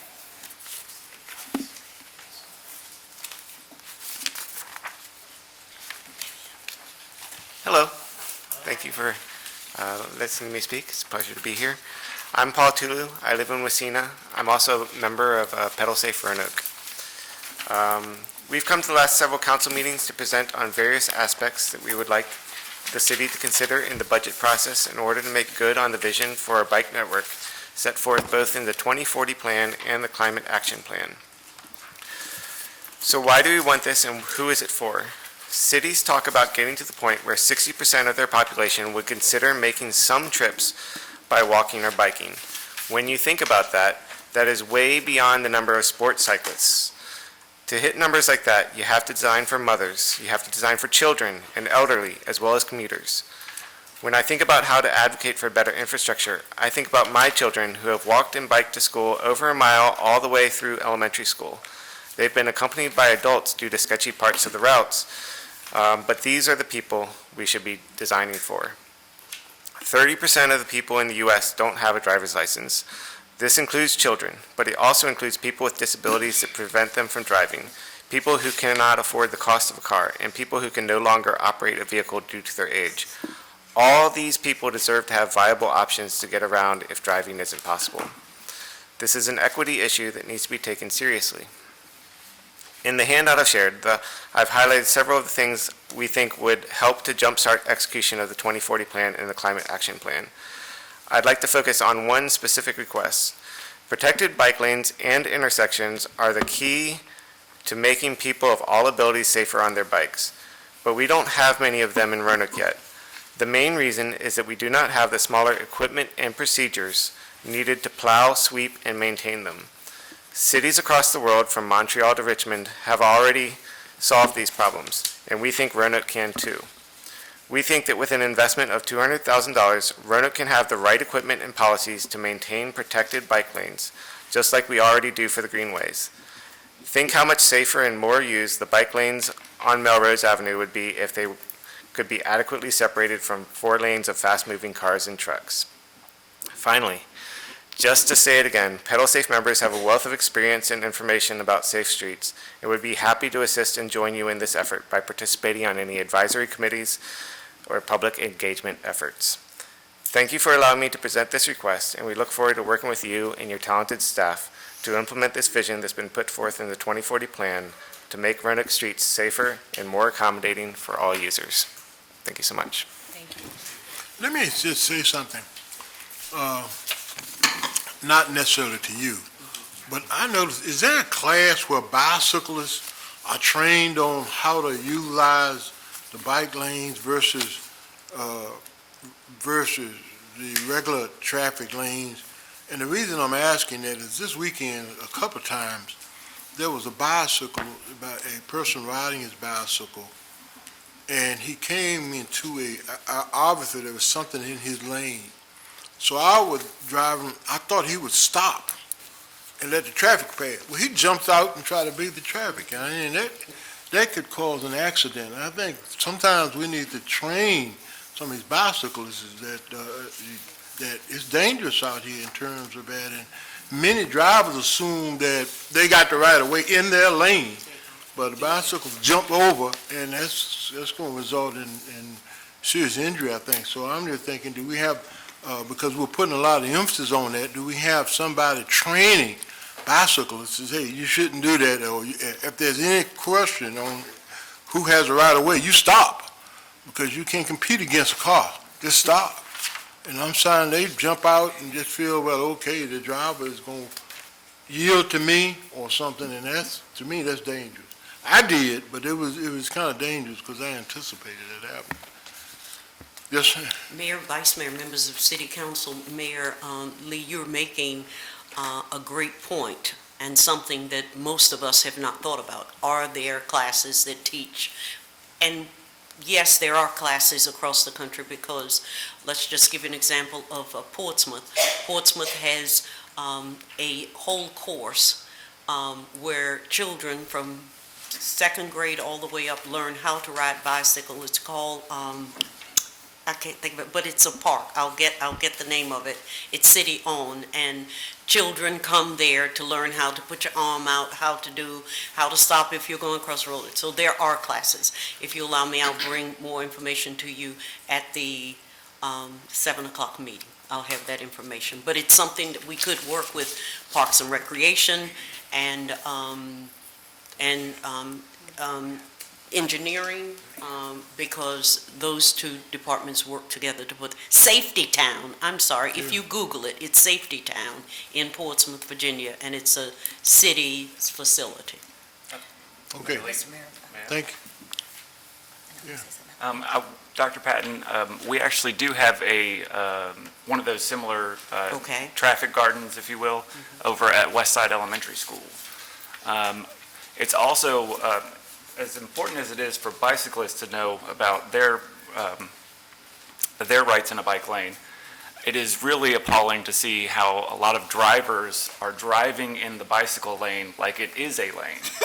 So I think there needs to be both education of bicyclists and motorists as to how to use these things. Well, I agree, but please note that if anybody needs to really know that, bicyclists, because the bicycle's in a car, you know who wins that. Yeah, we used to say that as an EMT, yeah. We do. Well, Mayor, I want to say something really quickly.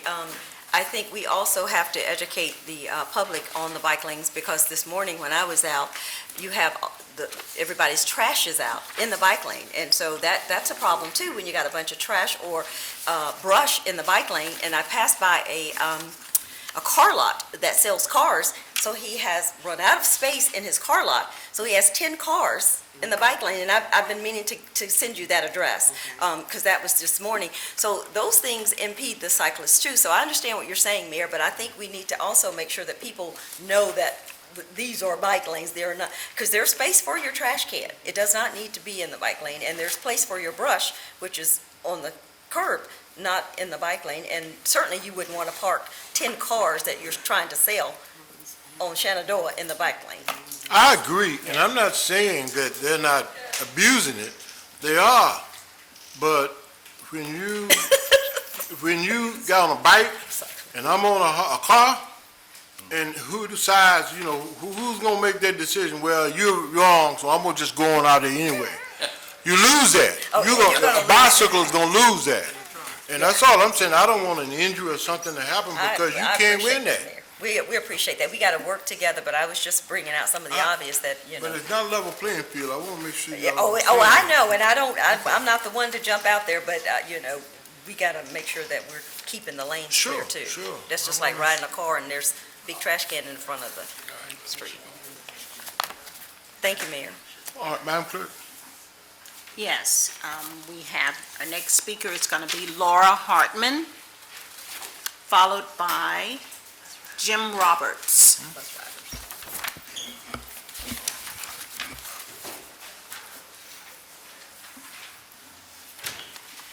Good afternoon. I bring you greetings from BRAG, the Bus Riders of Roanoke Advocacy Group. I have an invitation and an announcement. So for the invitation, I have sent this to you all on email, but I want to reiterate verbally that you are invited to join us and Pedal Safe Roanoke in observing the Week Without Driving. This is a national initiative, and it goes from September 30th to October 6th. The rules are simple. Can you make it all week without driving yourself? You could take the bus, you could ride that bike, you could walk, you could carpool, you could hitch a ride with somebody, you can call a taxi, but you can't drive yourself. And if that strikes fear into your heart, ask yourself what's wrong with this city. Because we should all be able to get around without driving ourselves. There are, as Paul mentioned, 30% of people in America are not able to drive themselves. So in solidarity with those people, I invite all of you and anyone else listening to this to observe the Week Without Driving. It sends a powerful message that you care about your constituents' diverse experiences. It helps to expose areas where investments are needed in our city's infrastructure. And I think it would really help our efforts to innovate and enhance our city's community mobility and accessibility. All right, enough of that. I also wanted to let you all know that we are extremely grateful for the smoking area that is now present at the 3rd Street bus station. This is something that we have started asking for in June of 2023, and I want to say it should not have taken a great level of effort to make this happen. It should have been part of the design from the beginning. You make a bus station, you make a smoking area. But anyway, we'll set that aside and just be grateful. We're so grateful to all the different people who helped to make this happen. Kevin Price and Ron Parker, who are in charge of Valley Metro, very grateful to them, grateful to the operators, grateful to the staff, grateful to the people in the city who have been listening to us asking for this. I want to recognize our volunteer, Sylvia King, who spoke up a lot on this. Sylvia, please stand. Sylvia has put in a lot of effort, and she wants to thank Angie, the Assistant City Manager, for listening to her. But our organization as a whole wants to especially invite somebody who's been working behind the scenes to make this happen. We have our very first Bragg Spark Plug Award to offer to Ms. Vivian Sanchez-Jones. So thank you, Ms. Jones.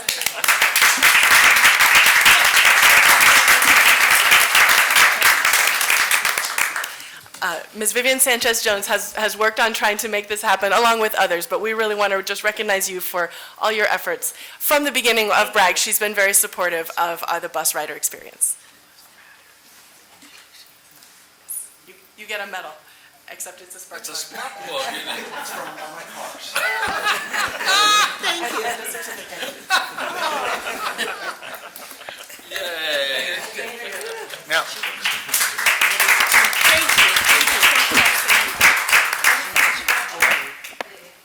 Let me ask you a question when you're all finished that. Thank you. Yes, sir. Are you saying go a month without driving? A week. 1 week. A week? Yes, September Okay. 30th to October 6th. 1 week. Yes, sir. Yeah, we hope you will join us. There will be a debrief meeting afterwards on October 7th, Monday, October 7th at 6 p.m. at Big Lick Brewing Company to discuss how the week went.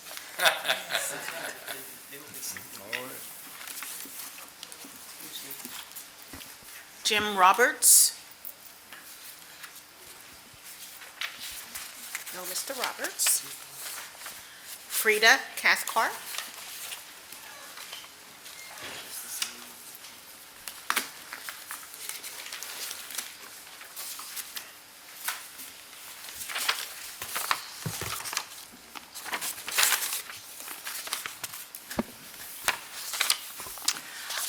Hi, my name is Frida Cathcart. Thank you for this opportunity to address you. I was glad to see that in the legislative packet that... Sorry. I'm sorry. That went really fast. I'm starting you. Okay. Whew, time warp. I was glad to see discussion or an inclusion of housing bills in your legislative packet. That is very important. This past spring, Governor Youngkin vetoed bills that would have given local governments more power to hold slumlords accountable and addressed affordable housing. Those didn't pass. That is really important to keep in context of the housing crisis that we're experiencing in Roanoke. I didn't know when I invested in a real estate fund how those real estate funds were being managed.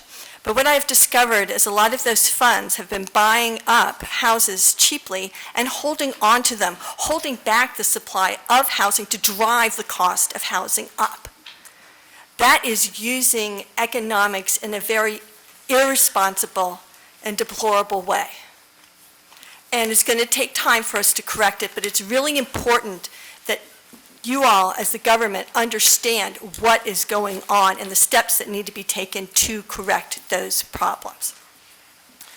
Now, I'm concerned about the community engagement that's been done about the mass rezoning and the feedback that I've received, and myself going to the meetings that the city staff presented about it.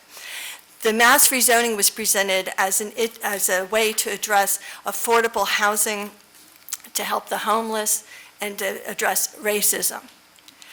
That is not what was needed right now in the city. We have done good work to address racism in the city, and there are ways to address the housing that is more complicated than mass rezoning. When people went to attend the staff meetings on that, they were told there was nothing that the current council could do this time because it would be too... Well, they didn't explain why, and there was conversations afterwards about why people would be being told that. And the feedback that I received was that because you can give rights to property owners without telling everybody, but you can't take them away. And because you all passed the mass rezoning in the spring, that gave property owners more rights, even though their neighbors didn't know that that was happening at the time. So I think a legal argument could be made about that. But this is really misleading to the public to tell them that there's no difference they can make. There's a public hearing tonight to talk about the mass rezoning. Why would people come to a meeting and talk to you about something that they think you can't make a difference for? That's not fair. And there needs to be work about neighborhood services and helping neighborhood organizations and respecting the independence of neighborhood organizations. Our Granite Court Neighborhood Association had a meeting where leaders from South Roanoke, Southeast Roanoke, and Northwest Roanoke came to, of which the ones from Northwest Roanoke weren't even aware of the situation. That was in our August meeting. So I just wanted to make you aware of this when people come up and say they haven't heard about it, they don't understand what's happening, that's why. And that some people might not come because they don't think it makes a difference, and that's not fair. So I thank you for this time. Any questions? Our next speaker is Sylvia King, followed by Barbara Dirk.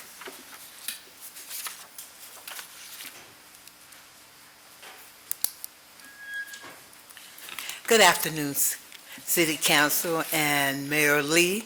I'd like to just come and say it's been an honor and a privilege to be an advocate in your terms, because I know this is your last time for being the mayor.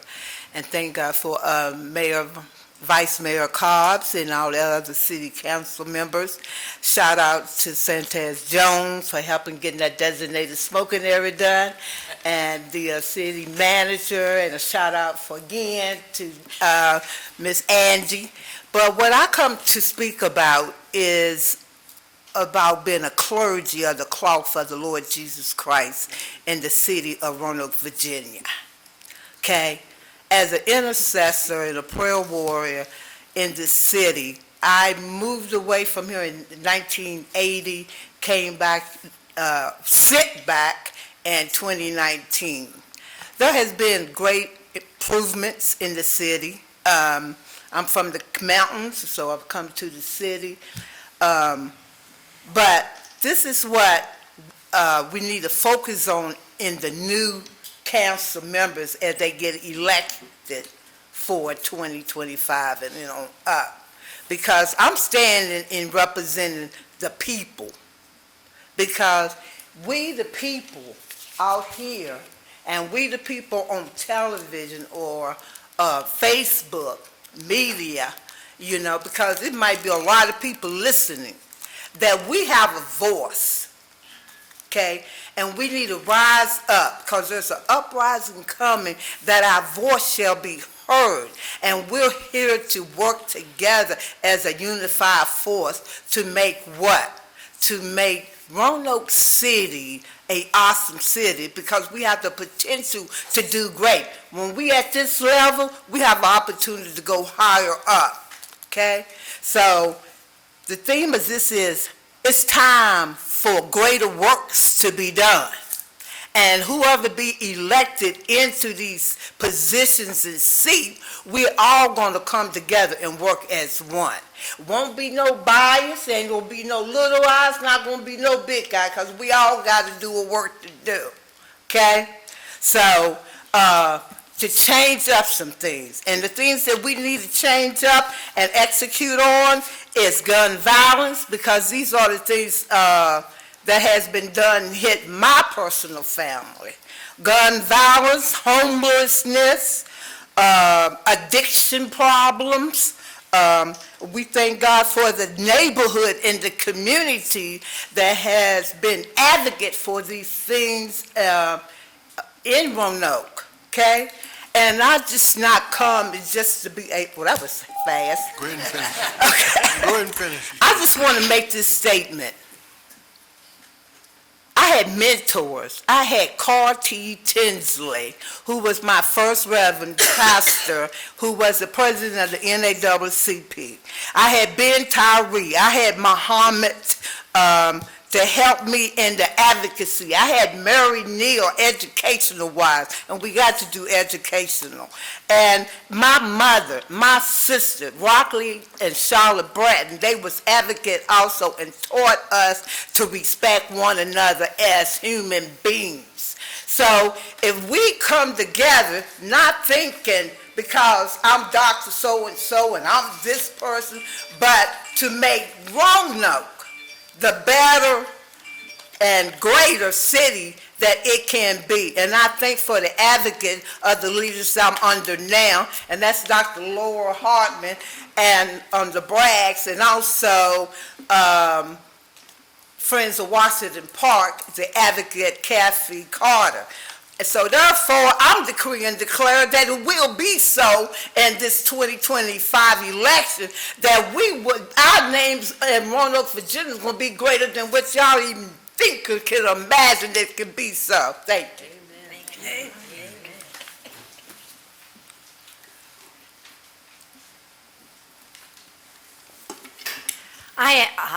Mayor and members of City Council, I am Barbara Dirk, a member of the Virginia Bicycling Federation, a board of directors, and a resident of Roanoke.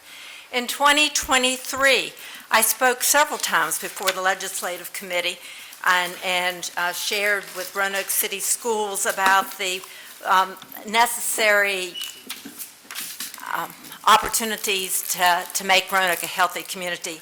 I ask that Roanoke City and Roanoke City Public Schools support legislation in the General Assembly that benefited bicycle safety in the Commonwealth. I ask that more than just the police and public safety, that you and members of the city staff ask other city departments to ask what their legislative priorities would be. That I would specifically ask for transportation and parks and recreation for suggestions for the 2025 Virginia General Assembly legislative packet. I ask you to support transportation infrastructure that will meet Vision Zero initiatives. I ask you that you support incentives for walking and bicycling to school and to the workplace and to service shopping destinations. Alternative transportation needs to be a regional approach. Benefits include reduced air pollution, increased healthy lifestyle, and minimum physical well-being. I just returned from Zurich, Switzerland. I witnessed how multifaceted transportation system can work effectively. I couldn't believe, with as many hills as they had over there, that there were bicycle storage all over the place. I experienced a different mindset that expects individuals to get to destinations and provides the infrastructure to allow this to happen. I ask you to prioritize funding. We had Delegate Terry Austin got money for the Craig Valley Scenic Trail to prioritize the Valley Trail to connect the Roanoke Valley with the new River Valley. That really needs to be our priority. I asked for the Smartway bus to have extended hours so I can attend programs at the Moss Center and get back after hours and not have to drive 81. And I asked that a transit study be done, because our transit study needs to be regional, it needs to be valley-wide. Roanoke is the transportation, medical, educational center of Southwest Virginia, and we need to connect. We need to connect to Lexington, to Rocky Mount, to Craig County. We need to be the hub. Roanoke needs to be the hub, and we need to have spokes that reach out to allow people to use alternative transportation and have a healthy community.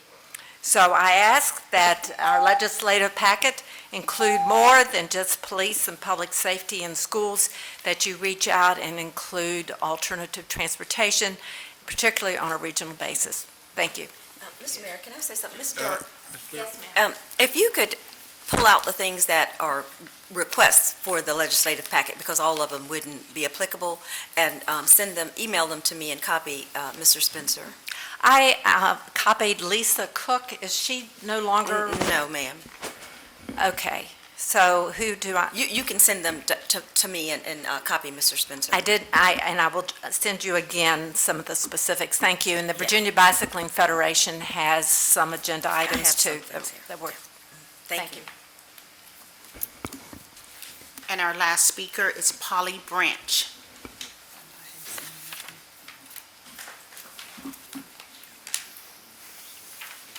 Hello, I just wanted to celebrate along with everyone today, bringing up the items of welcoming, being a welcome city, being focused on inclusion and diversity and equity. And this weekend, September 21st, is actually International Day of Peace around the world, is resolved by the United Nations in the 80s.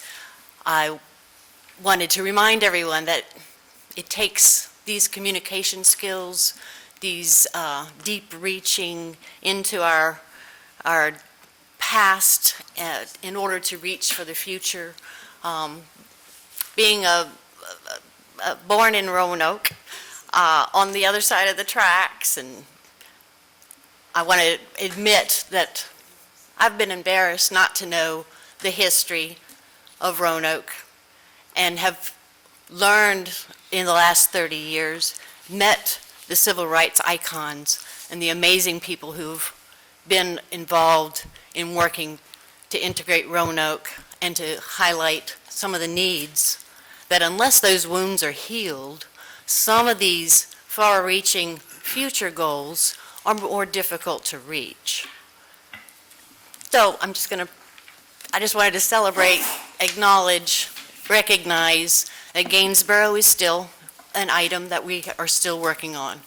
I was here in the 90s when we were trying to get the Dumas worked out, and the responsibility of the Claude Moore to the neighborhood, how it will be used, how Henry Street could be revitalized, how the rest of Gainsborough properties would be appropriately managed, and how those decisions are made.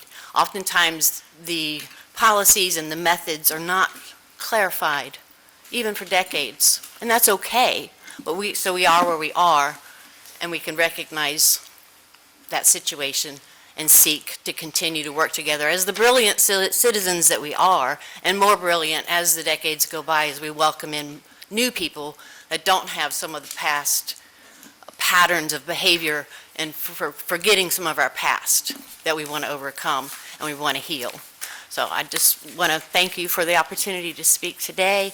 The Caretaker Cottage is a beautiful handmade brick, chimneyed structure still standing in Washington Park that hasn't been worked on yet, but we are here now, right? So it is still standing. It is still a part of a beautiful park that has to be renovated, has to be rehabbed from the leaching of the landfill, from the history and the stories that we should not forget but be held inside that cottage, and be honoring that beautiful park as an amazing way that we have begun its restoration and healing.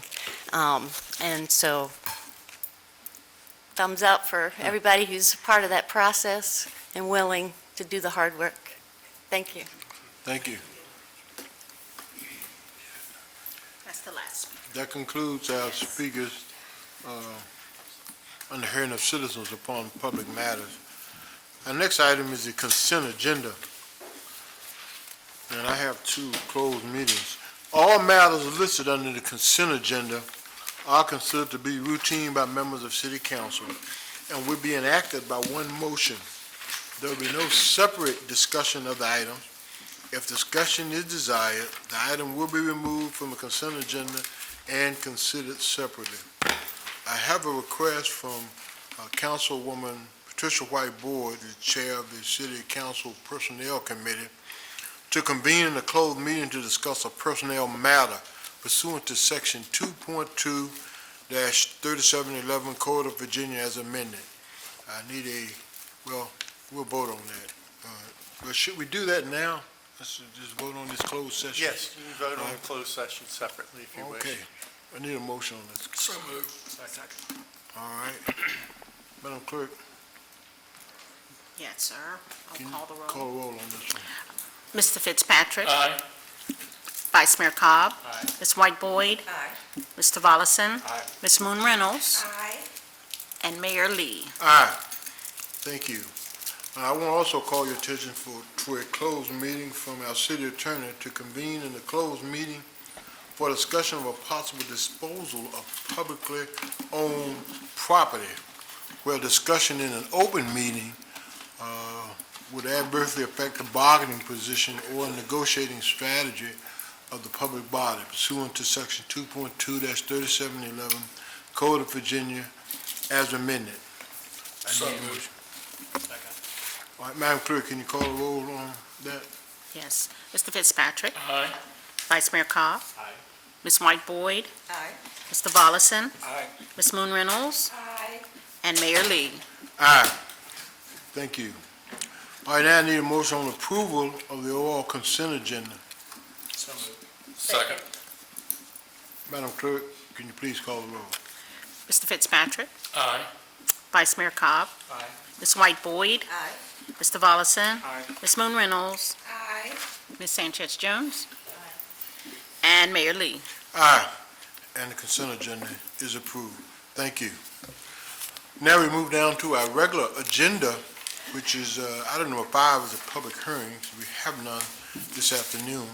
Item number 6 is petitions and communications. 6.1 is acceptance and appropriation of the FY25 School Resource Officer, SRO grant.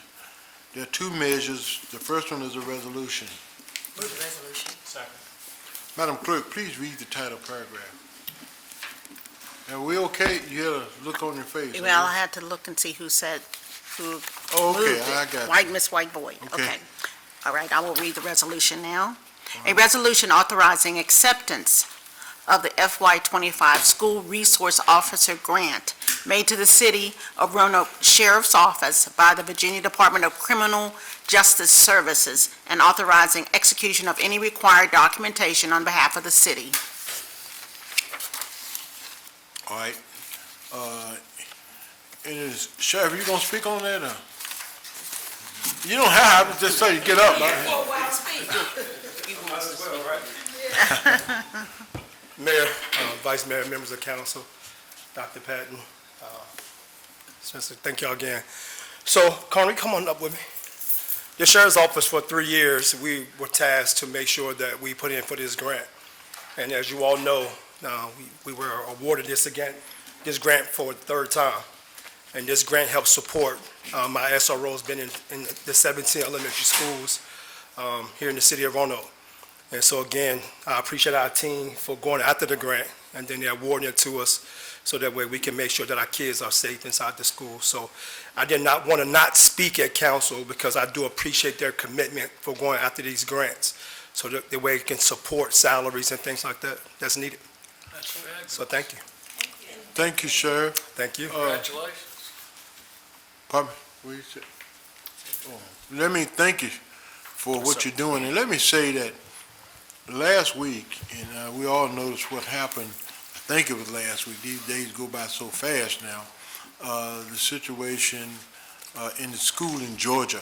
Yes, sir. Where there is a resource officer, and sometimes we just pass over and say resource officers, but they are a vital part of our educational system now. And I want to thank you, Sheriff, for your work in working together with our police, but having your officers in most of the elementary or middle schools, you have somebody there, and they are a vital part of education now. If there ever was a time, now is that time, and they're there. So thank you all for your commitment and dedication to making or helping our students, teachers, and administrators in these schools safe. And so your presence is very much needed and is very valuable. But thank you for your willingness to get your staff out there to work with that. It wasn't always the case, but you've done that now, and so I just want to commend that. Any members of council in discussion? I have a question. When the mayor mentioned the elementary schools, I see it's 8 elementary schools. What about the other, I think it's a total of 17? It's 17 schools, so the grant covers we have to, I think those SROs that are at the 8 schools, they cannot move from that particular school, so that grant covers them at that school. Roanoke City Public Schools, their funding then covers the rest of the SROs that are at the school, so this grant helps to support them. To support that? Yes, Okay. ma'am. Okay, just wanted to make sure. And so on the record, let me just say thank you to my staff, because oftentimes they don't hear thank you enough. But they're out here in the 17 elementary schools daily, making sure that our kids are covered. And so on the record, I just want to say thank you to them, because the work that they do don't go unnoticed, and I appreciate their hearts. Thank y'all. Thank you. All right. Anybody else have any discussion? Okay. Madam Clerk, we're ready to call the roll on the resolution. All right. Mr. Fitzpatrick? Aye. Vice Mayor Cobb? Aye. Ms. White Boyd? Aye. Mr. Volleson? Aye. Ms. Moon Reynolds? Aye. Ms. Sanchez Jones? And Mayor Lee. Aye, and the resolution passes. Thank you all. Thank y'all. Thank you. Thank you. All right, we have a budget ordinance. Move the budget ordinance. Second. All right. Yes, ma'am. You have something to say, Dr. Patton? Yes, Mayor, Vice Mayor, members of City Council, our Finance Director, Mrs. Lindsay, is here, and she will present the August 2024 monthly financial and budget report.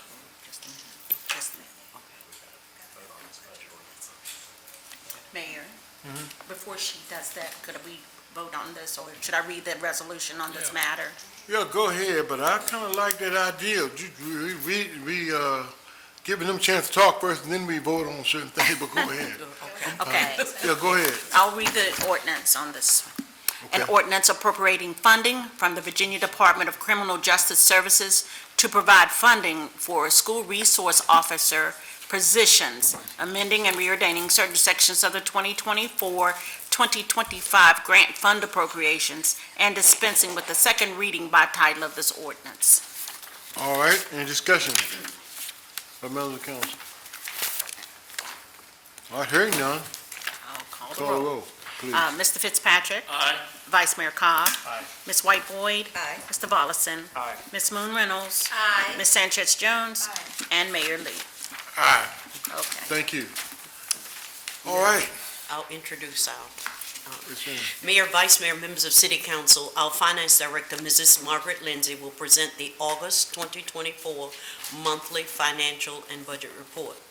Also last week, the city's administration and budget team began preparations for the fiscal year 26 budget. Mrs. Lindsay. Thank you so much, Dr. Patton, Mayor Lee, Vice Mayor Cobb, and members of council.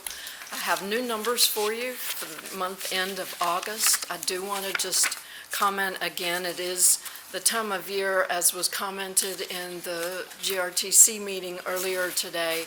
So Council members Fitzpatrick and Sanchez Jones, Vice Mayor Cobb, you heard this remark from Ms. Mullins. Numbers are still moving. We do have a good bit of them more settled, certainly than we did a month ago when I presented. But again, this is a snapshot in time, so they will wiggle around a little bit more than certainly I might like, but they are still moving. On to revenues. So I do want to point out just a couple of items. We are early, as of August 31st, in the real estate collection season with the due date of October 5th, perhaps the 6th if that's a weekend this year. We are running slightly ahead of a year ago, and that could mean absolutely nothing. It could just mean, as in my instance, I got real excited, got the bill, and paid it quickly. So that for city coffers is a good thing. But it also can just be a timing of when the bills were actually received by taxpayers, and that's, I would imagine, almost never the same each year. I do want to also point out, for example, on sales tax, the 1% that the city receives.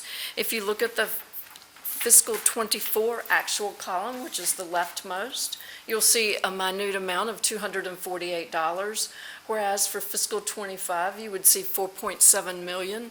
$4.7 million is most likely representative of the May and June collections, and they will go back into fiscal 24. We have not made those accruals yet. That's just one more piece of work that will impact the financial statements. It's part of what happens because of the lag in when we receive the money. And then similarly, down with grants in aid Commonwealth, whereas for fiscal '24, it was 3.5 million represented here. And the '24 numbers do come directly from prior years, this month, council reports, so that we can be same as what has been presented before. This year, we're sitting at 8.431 million, and again, there are items in there that I know for a fact, and one of them would be our CSA money that our social services gets from the state. That is sitting in that 8.4 number, and it will go back into fiscal '24. We have not filed any fiscal '25 requests for reimbursement yet. We just need to move them into the proper year. Just a little more cleanup in aisle 5, and we will be good to go. Regarding expenditures, again, these are now a little more complete, certainly, for year-to-date fiscal '25 than last month. We were able to catch up in our new system all of our payroll entries. So whereas payroll is running just seamlessly as it always has, getting the interface into the new Oracle system maybe took a few late nights, but all of that information is now up to date, and as each payroll occurs, it's flowing right on into the new system, and that's a really good day.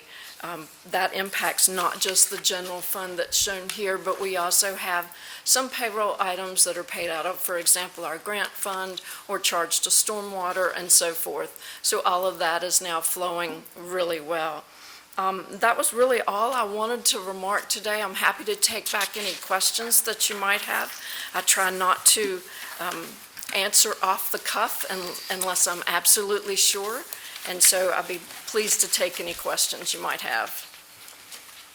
Well, thank you, Ms. Lindsay. Explain to me, where are we with GRTC and you and staff over there? I mean, is that, explain that, because I just keep hearing different versions. Is that coming together, or they need help from your department, or what? I mean, is that ending, or is that the way it's going to be?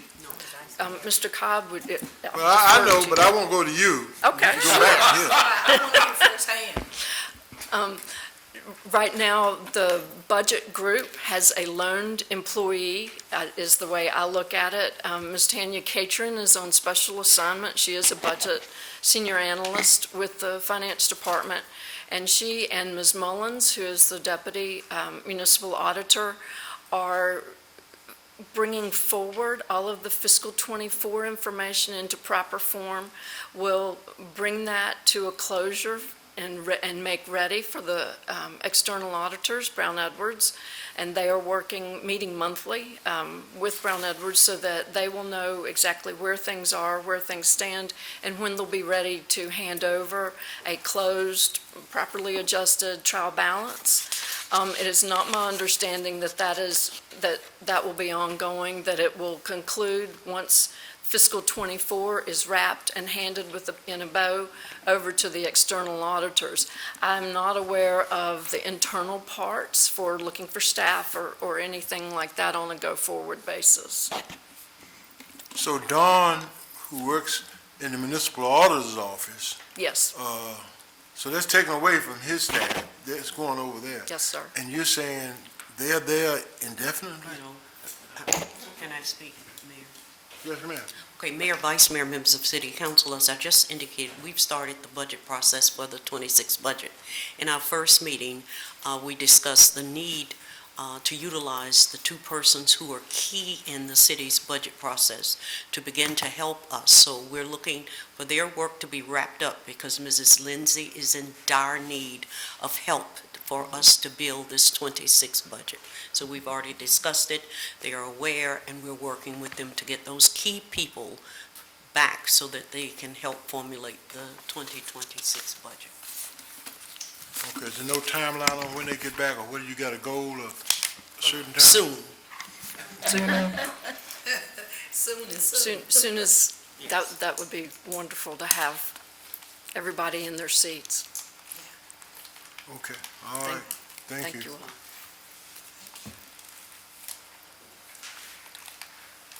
All right, have we voted on that, Madam Clerk? On the, It was just a presentation. It was we don't need to vote on it. Okay. all right, yeah, we just vote on the budget on it. All right, item number 7. Is that where we are? Yes, sir. Reports of city officers. 7-1 is interim city manager, briefing. So I'm pleased to call on our city manager to introduce the briefing. We're at 7A. It's a resolution, items recommended for action. Is that where you are? Move the resolution. And I'll second. Okay. All right, Madam Clerk, read the title paragraph. Okay, this is a resolution. Yes, resolution. A resolution accepting the Virginia Department of Emergency Management Hazard Mitigation Grant Program funds to the City of Roanoke from the Department of Homeland Security and authorizing execution of any required documents on behalf of the city. All right, any discussion by members of council? All right, hearing none, Madam Clerk, please call the roll. Mr. Fitzpatrick? Aye. Vice Mayor Cobb? Aye. Ms. White Boyd? Aye. Mr. Volleson? Aye. Ms. Moon Reynolds? Aye. Ms. Sanchez Jones? And Mayor Lee. Aye, and the resolution passes. We got a budget ordinance. Move the ordinance. Budget ordinance? All right, Madam Clerk, please read the title paragraph. An ordinance to appropriate funding from the Virginia Department of Emergency Management and Federal Emergency Management Agency for the replacement of the downstream Wiley Low Water Bridge and dispensing with the second reading by title of this ordinance. All right, any discussion with council members? Hearing none, Madam Clerk, please call the roll. Mr. Fitzpatrick? Aye. Vice Mayor Cobb? Aye. Ms. White Boyd? Aye. Mr. Volleson? Aye. Ms. Moon Reynolds? Aye. Ms. Sanchez Jones? And Mayor Lee. Aye, and the budget ordinance passes.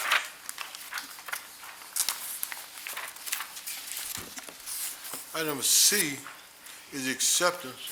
We're on B. We're on B? Huh? Acceptance and appropriation of Virginia Department of Transportation VDOT funds for West Side Salem Turnpike pedestrian improvements. All right, there's a resolution. Move the resolution, Mayor. All right.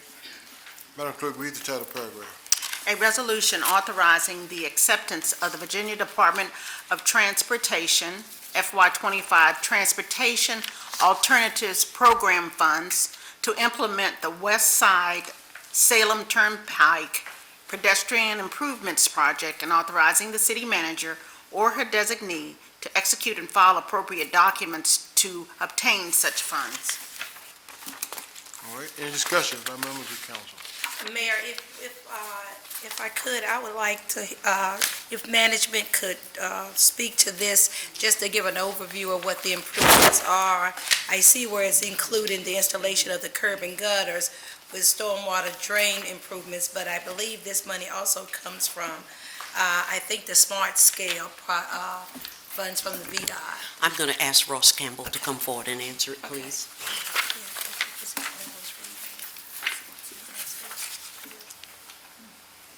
That's why I wanted to hear. Good afternoon, Mayor, Yeah. Vice Mayor, members of council. I'm happy to answer that question, Ms. Moon Reynolds. So this money is actually part of the VDOT Transportation Alternatives Program, which is part of block grant money. And that's federal money with a 80% match, or 80% contribution to 20% city match. So it's not smart scale related money.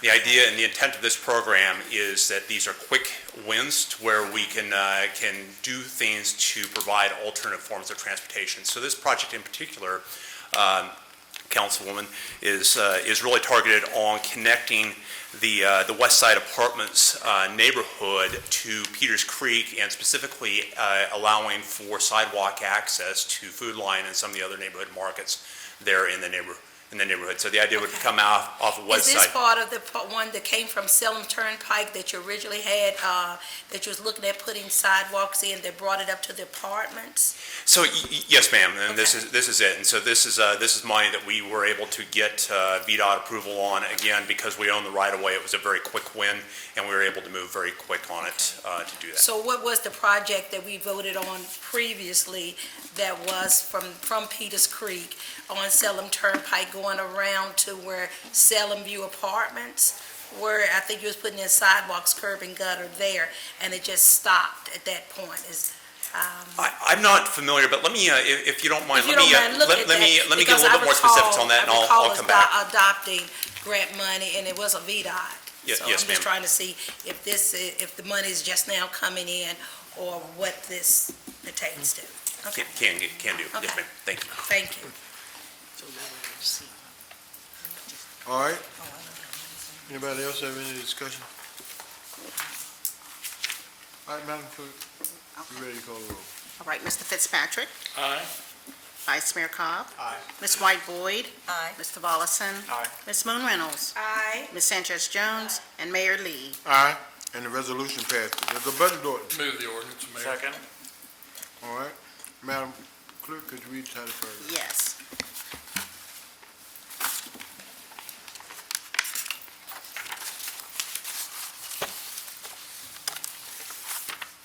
I'm just making sure we're all in the right place here. All right, this is the budget ordinance. An ordinance appropriating funding from the Commonwealth of Virginia Department of Transportation, amending and reordaining certain sections of the 2024-2025 capital projects appropriations, and dispensing with the second reading by title of this ordinance. All right, any discussion, members of council? Hearing none, Madam Clerk, please call the roll. Okay, Mr. Fitzpatrick? Aye. Vice Mayor Cobb? Aye. Ms. White Boyd? Aye. Mr. Volleson? Aye. Ms. Moon Reynolds? Aye. Ms. Sanchez Jones? And Mayor Lee. Aye, and the budget ordinance passes. Item number C is the acceptance and appropriation of the Virginia Department of Conservation and Recreation grant for the Roanoke River Blueway Memorial Bridge across Access Point. There's a resolution. Move the resolution. Madam Clerk, can you read the title paragraph, please? Yes. A resolution accepting the Virginia Department of Conservation and Recreation's grant award to the city of Roanoke for the Roanoke River Blueway at Memorial Bridge as access point, and authorizing execution of any required documentations on behalf of the city. All right, any discussion? Hearing none, please call the roll, Madam Clerk. Mr. Fitzpatrick? Aye. Vice Mayor Cobb? Aye. Ms. White Boyd? Aye. Mr. Volleson? Aye. Ms. Moon Reynolds? Aye. Ms. Sanchez Jones? And Mayor Lee. All right, and Move the the ordinance, Mayor. resolution passes. All right, budget orders. And I'll second the budget ordinance moved by Mr. Fitzpatrick. Madam Clerk, please read the title paragraph. Okay, an ordinance appropriating funding from the Commonwealth of Virginia Department of Conservation and Recreation for the Memorial Bridge Access Point Project, amending and reordaining certain sections of the 2024-2025 capital projects appropriations, and dispensing with the second reading by title of this ordinance. Thank you. Any discussion by members of council? Madam Clerk, call the roll, please. Mr. Fitzpatrick? Aye. Vice Mayor Cobb? Aye. Ms. White Boyd? Aye. Mr. Volleson? Aye. Ms. Moon Reynolds? Aye. Ms. Sanchez Jones? And Mayor Lee. Aye, and the budget ordinance passes. Item number D is the acceptance and appropriation of FY '24 and FY '25 VDOT street maintenance revenue versus budget allocation. There's a resolution. Move the resolution. Second. All right, Madam Clerk, please read the title paragraph. A resolution authorizing the acceptance of the FY '24 and FY '25 Virginia Department of Transportation maintenance payments versus budget estimate to the city of Roanoke's, Transportation Division, and authorizing the execution and filing of appropriate documents to obtain such funds. All right, any discussion by members of council? Hearing none, Madam Clerk? please call the roll. Mr. Fitzpatrick? Aye. Vice Mayor Cobb? Aye. Ms. White Boyd? Aye. Mr. Volleson? Aye. Ms. Moon Reynolds? Aye. Ms. Sanchez Jones? And Mayor Lee. Aye. And the resolution passes. There's a budget ordinance. Move the budget ordinance. Second. Madam Clerk, can you read the title paragraph? Yes, sir. An ordinance appropriating funding from the Commonwealth of Virginia Department of Transportation, amending and reordaining certain sections of the 2024-2025 capital projects and general fund appropriations, and dispensing with the second reading by title of this ordinance. Thank you. Is there any discussion by members of council? Hearing none, Madam Clerk, please call the roll. Mr. Fitzpatrick? Aye. Vice Mayor Cobb? Aye. Ms. White Boyd? Aye. Mr. Volleson? Aye. Ms. Moon Reynolds? Aye. Ms. Sanchez Jones? Mayor Lee. Aye, and the budget ordinance passes. Thank you. Item E, We have Mayor, one. I believe there's a third, It is. second budget ordinance, and I will move that budget ordinance. Second. okay. Thank you. Madam Clerk, read the title paragraph. Yes, sir. An ordinance appropriating funding from the Commonwealth of Virginia Department of Transportation, amending and reordaining certain sections of the 2023-2024 capital projects and general fund appropriations, and dispensing with the second reading by title of this ordinance. Any discussion by members of council? Hearing none, Madam Clerk, please call the roll. Mr. Fitzpatrick? Aye. Vice Mayor Cobb? Aye. Ms. White Boyd? Aye. Mr. Volleson? Aye. Ms. Moon Reynolds? Aye. Ms. Sanchez Jones? Mayor Lee. Aye, and the budget ordinance passes. All right, item E, acceptance and appropriation of a Cities for Financial Empowerment Fund Summer Jobs Connect Grant. Move the resolution. Second. All right, Madam Clerk, can you read the title paragraph? A resolution authorizing the acceptance of the Cities for Financial Empowerment Fund Summer Jobs Connect Grant to the City of Roanoke for CFE Fund, Inc., and authorizing execution of any required documentation on behalf of the city. All right, thank you. Any discussion by members of council? Madam Clerk, please call the roll. Mr. Fitzpatrick? Aye. Vice Mayor Cobb? Aye. Ms. White Boyd? Aye. Mr. Volleson? Aye. Ms. Moon Reynolds? Aye. Ms. Sanchez Jones? And Mayor Lee. Aye, and the resolution passes. A budget, we have a budget ordinance. Move the budget ordinance. Second. All right, Madam Clerk, can you read the title paragraph? An ordinance to appropriate funding from the Cities for Financial Empowerment Fund to implement a Summer Jobs Connect program, amending and reordaining certain sections of the 2024-2025 grant fund appropriations, and dispensing with the second reading by title of this ordinance. Thank you. Any discussion from members of council? All right, Madam Clerk, please call the roll. Mr. Fitzpatrick? Aye. Vice Mayor Cobb? Aye. Ms. White Boyd? Aye. Mr. Volleson? Aye. Ms. Moon Reynolds? Aye. Ms. Sanchez Jones? Mayor Lee. Aye, and the budget ordinance passes. Item F is acceptance and appropriation of funds from the Virginia Business Ready Site Program, the grant program to upgrade Track 8 in the Roanoke Center for Industry and Technology from a Tier 3 to a Tier 4 site. Move the resolution. Second. All right, Madam Clerk, can you read the title paragraph? A resolution accepting the Virginia Business Ready Site Program Grant Award to the City of Roanoke from the Virginia Economic Development Partnership, authorizing execution of any required documents on behalf of the city, and authorizing the city manager or her designee to take such further actions and execute such other documents as may be necessary to obtain, accept, implement, administer, and use such grant funds. Thank you. Any discussion, members of council? Vice Mayor. Well, I just wanted to commend city administration and our economic development team for guiding this through. This is really significant for future development, and I just want to thank you all for helping to make this happen. All right, any further discussion? Madam Clerk, please call the roll. Mr. Fitzpatrick? Aye. Vice Mayor Cobb? Aye. Ms. White Boyd? Aye. Mr. Volleson? Aye. Ms. Moon Reynolds? Aye. Ms. Sanchez Jones, and Mayor Lee. Aye, and the resolution passes. The budget ordinance. Move budget ordinance. Second. Madam Clerk, please read the title paragraph.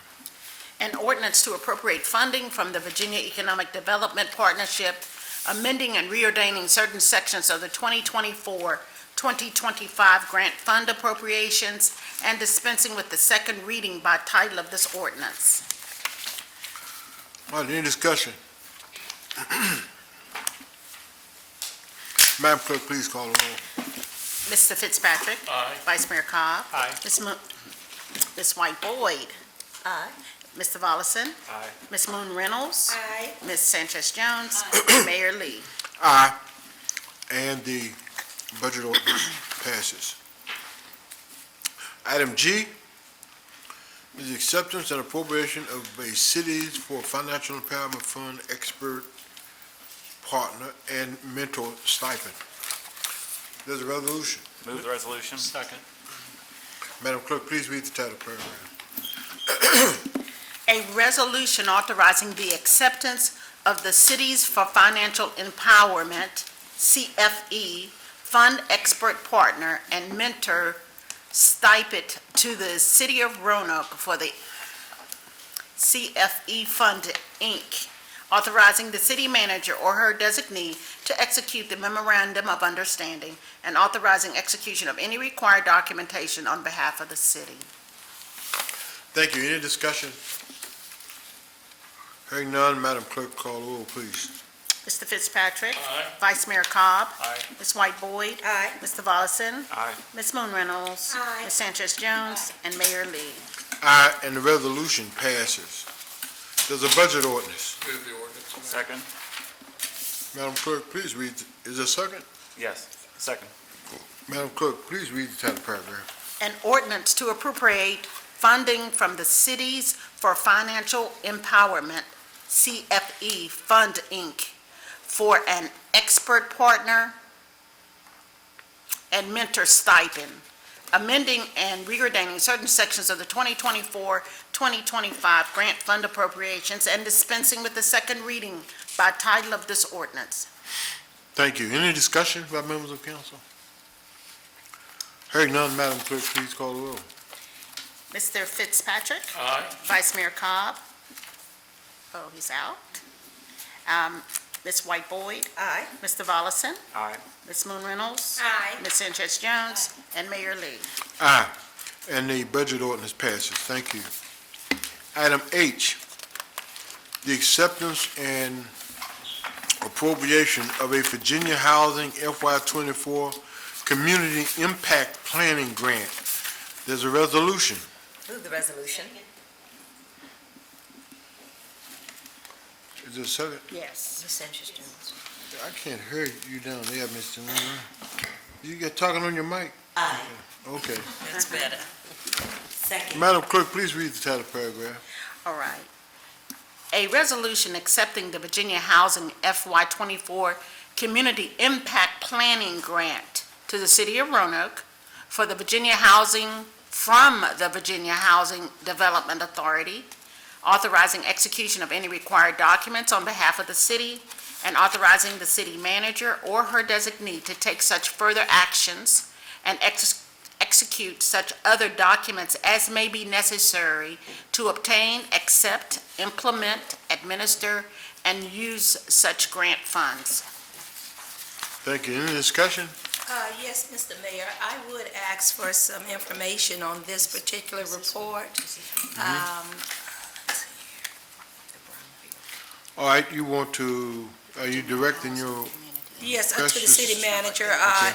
because of, I'm a very supportive advocate for affordable housing, and this is being done on a 1.1 acre site, which consists of 4 adjacent properties.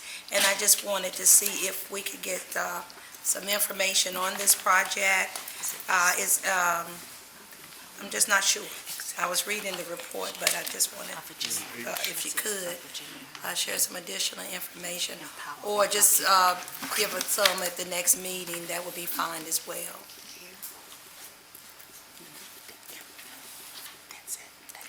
All right.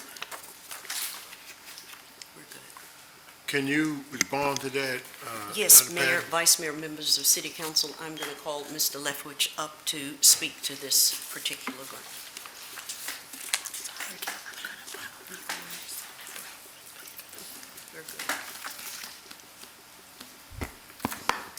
Mayor Lee, Vice Mayor Cobb, Council.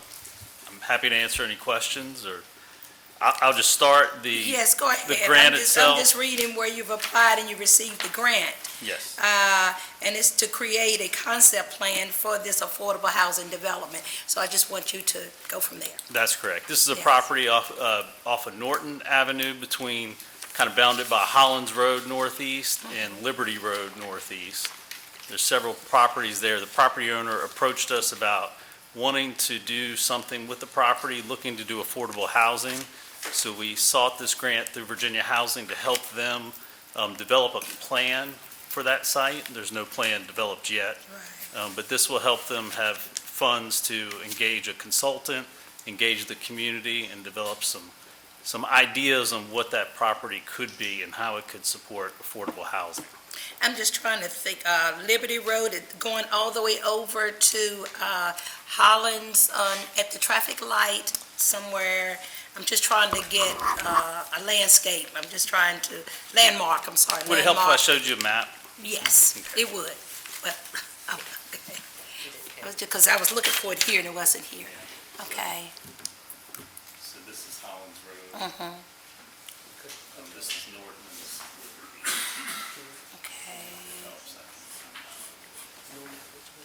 What I may do is just get the official, okay, there you go. I think it would help. If you want to just send that to the council rather than hold us up. I was just trying to get a visual where it's located.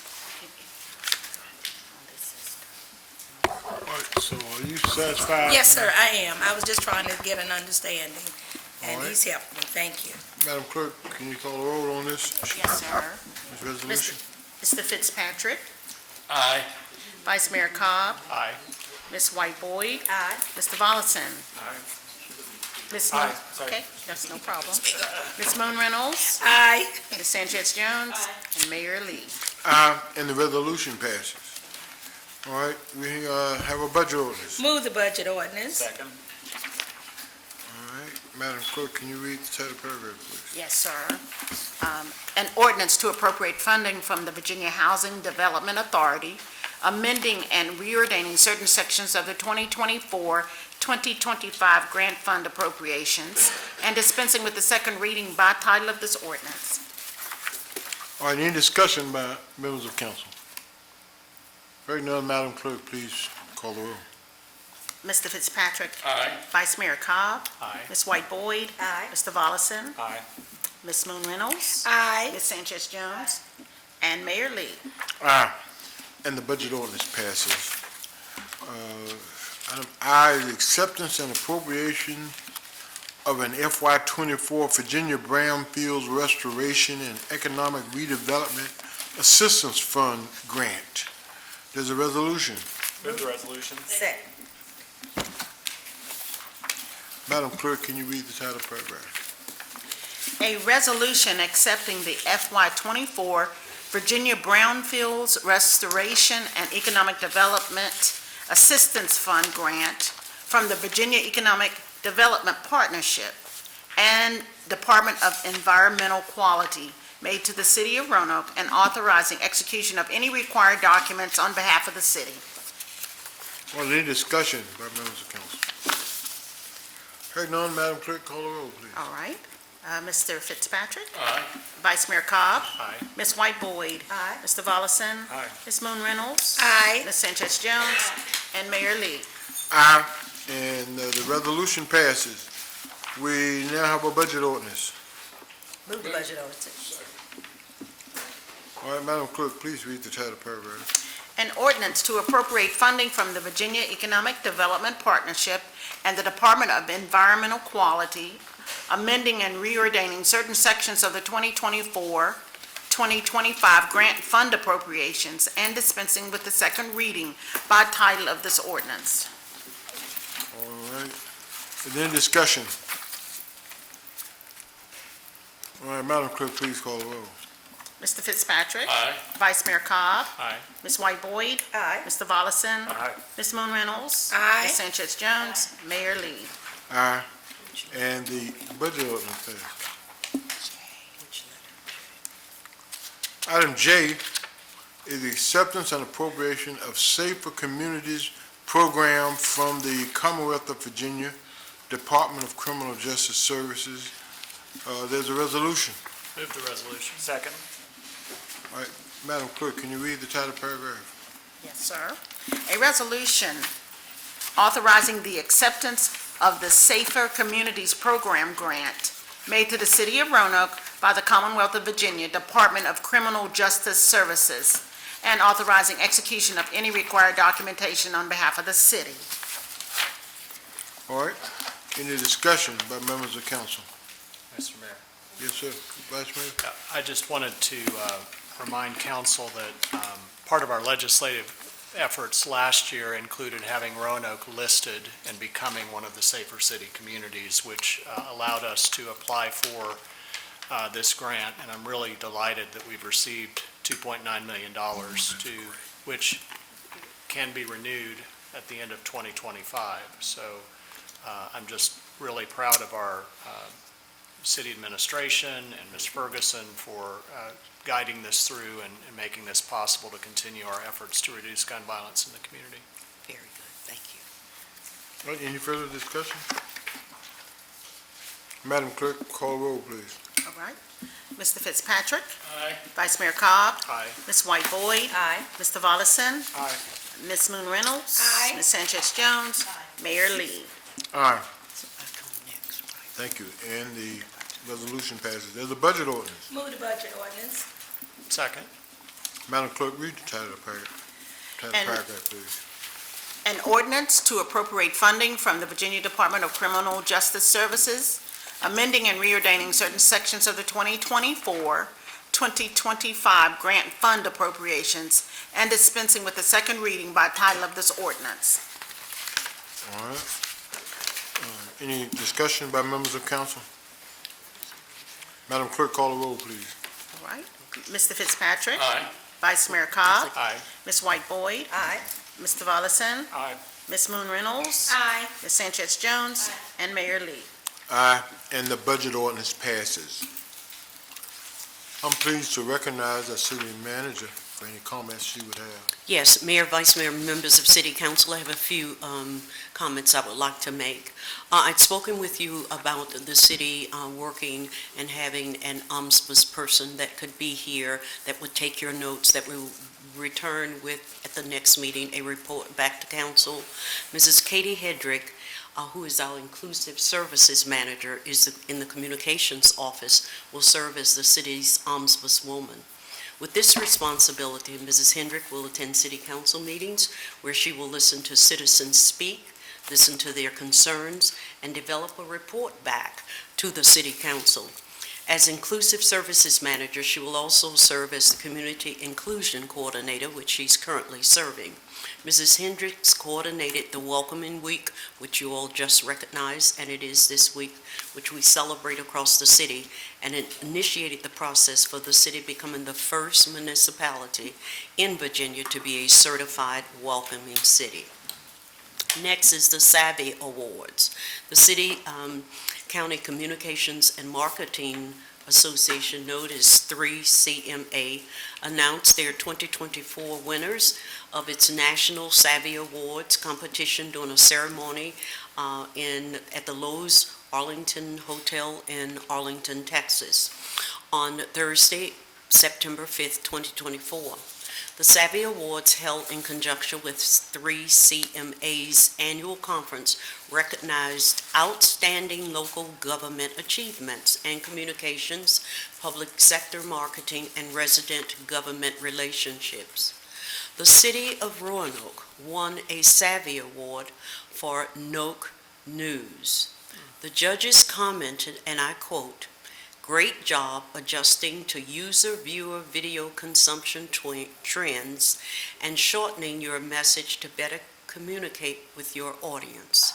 Carol Corbin is the host of the program, and she is a natural up before the camera, and the video production elements are excellent. We congratulate the communications team. The Roanoke Magazine celebration is this evening from 5:30 to 6:45. A new art exhibit will be unveiled on the 4th floor hallway outside of City Council chambers. At 6:00 p.m., a short presentation will acknowledge the partners, panel, and artists. This project is a collaboration between the City of Roanoke Magazine for their 50th year of publication, celebrating, and it is entitled Roanoke's Celebrate the Region. So that's today right outside the council chambers. The 7th annual Art by Bus program, Valley Metro Ride Solutions and the Roanoke Arts Commission will celebrate the 7th annual Art by Bus program on Wednesday, September the 19th, 2024 at the 3rd Street Station. This, which I'm getting ready to share, is very important, and Mrs. O'Brien and I talked about it several times today, even going back and checking with the team and Virginia Tech. Historic tree removal and repurposing. One of the oldest and largest white oak trees owned by the city of Roanoke was struck by lightning recently and must be removed.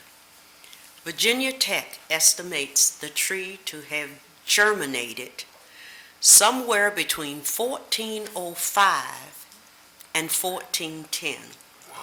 Making this tree 614 years old. The diameter of the tree is about 67 inches.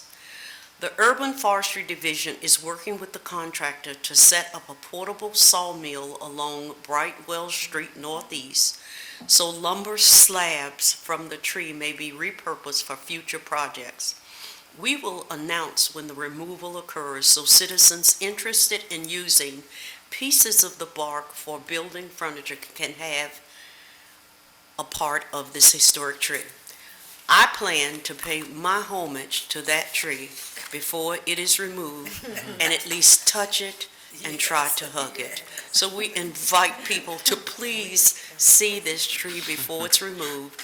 We looked at pictures today of past, and we saw where nothing that is around it now was there when we looked at the early beginnings of this tree that we went on Google and found it. But I'm going to also say to our communications, we'd like for this to be submitted to our local newspaper. There's a tree that they recognized today somewhere, which is, they did, yes, yes. And so here, I was getting ready to say Portsmouth. Here in Roanoke, we have a tree that is 614 years old. Can you send us a map so we'll know how to get to it? Yes, we'll get that to you. We'll get that to you. And lastly, there are two small things. The Washington Park Pool is progressing. National Pools, the contractor for the Washington Park Pool project, has finished the excavation work, installed the conduit system for the water circulation.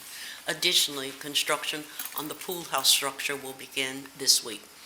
And the last is the final scale aircraft emergency exercise that we want to make not only you but the public aware of. On Thursday, September the 19th, 2024, the Roanoke-Blacksburg Regional Airport will conduct a full-scale aircraft emergency exercise from 9 a.m. to 11 a.m. The simulated crash will occur on airport property previously known as Countryside Golf Course. There will be dozens of volunteers who will mark themselves as victims in makeup, who may be transported to local hospitals on that day, and the activities will be outside of the I-81 corridor because of Countryside Park and Playground. This exercise will lead will be led by the airport, and it's a collaborative effort between the city, the county, Lewis Gale, Clarion, and the health department. That concludes my comments, members of council. All right. Thank you. Anybody have any questions? No, we just got to make sure we let Mr. Besbich know about the tree. He would want to be there. Who would, Former council member Bill Besbich. okay, staff will make note, and we will definitely let him know. Thank you.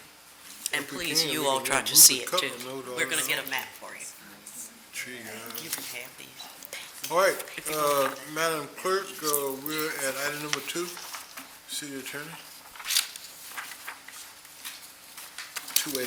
City attorney comes next. All right, item 2A is an amendment to extend the contract between the Berkeley Group LLC and the City of Roanoke.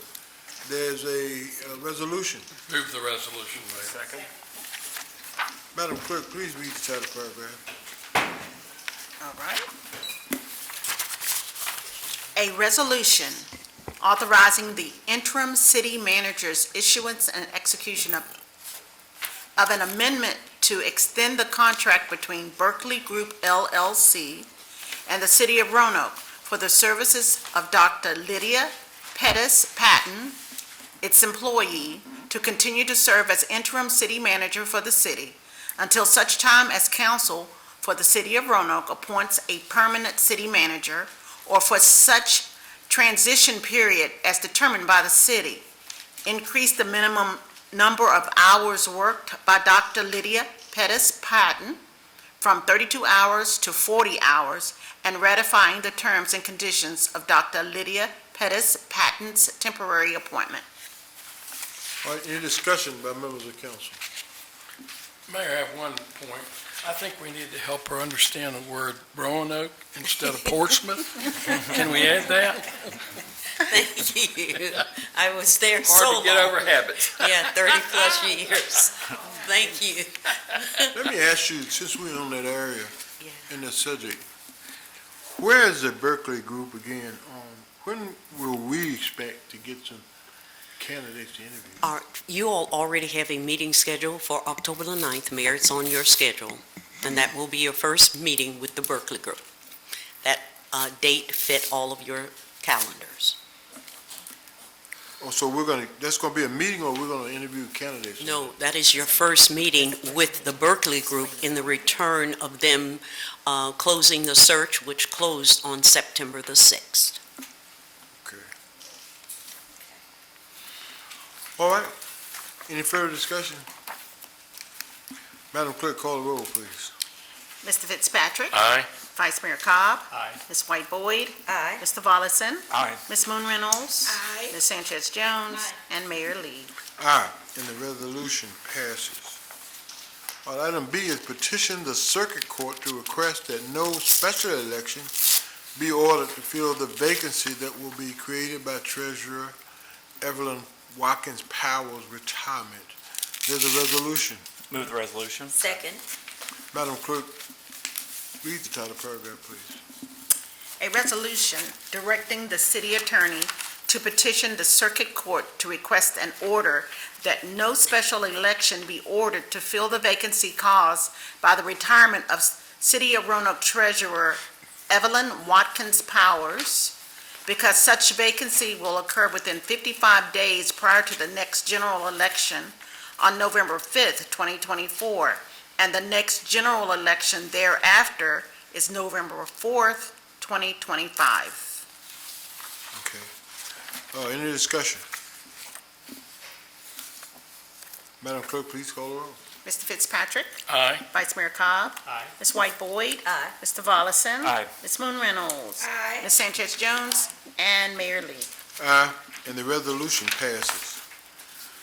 Item C is extension of the terms of office of certain council-appointed officers from October 1st, 2024 through December 31st, 2024. There's a resolution. Move the resolution, Mayor. Second. All right. Madam Clerk, can you read the title paragraph? A resolution extending the terms of certain council-appointed officers from October 1st, 2024 through December 31st, 2024. All right. Any discussion by members of council?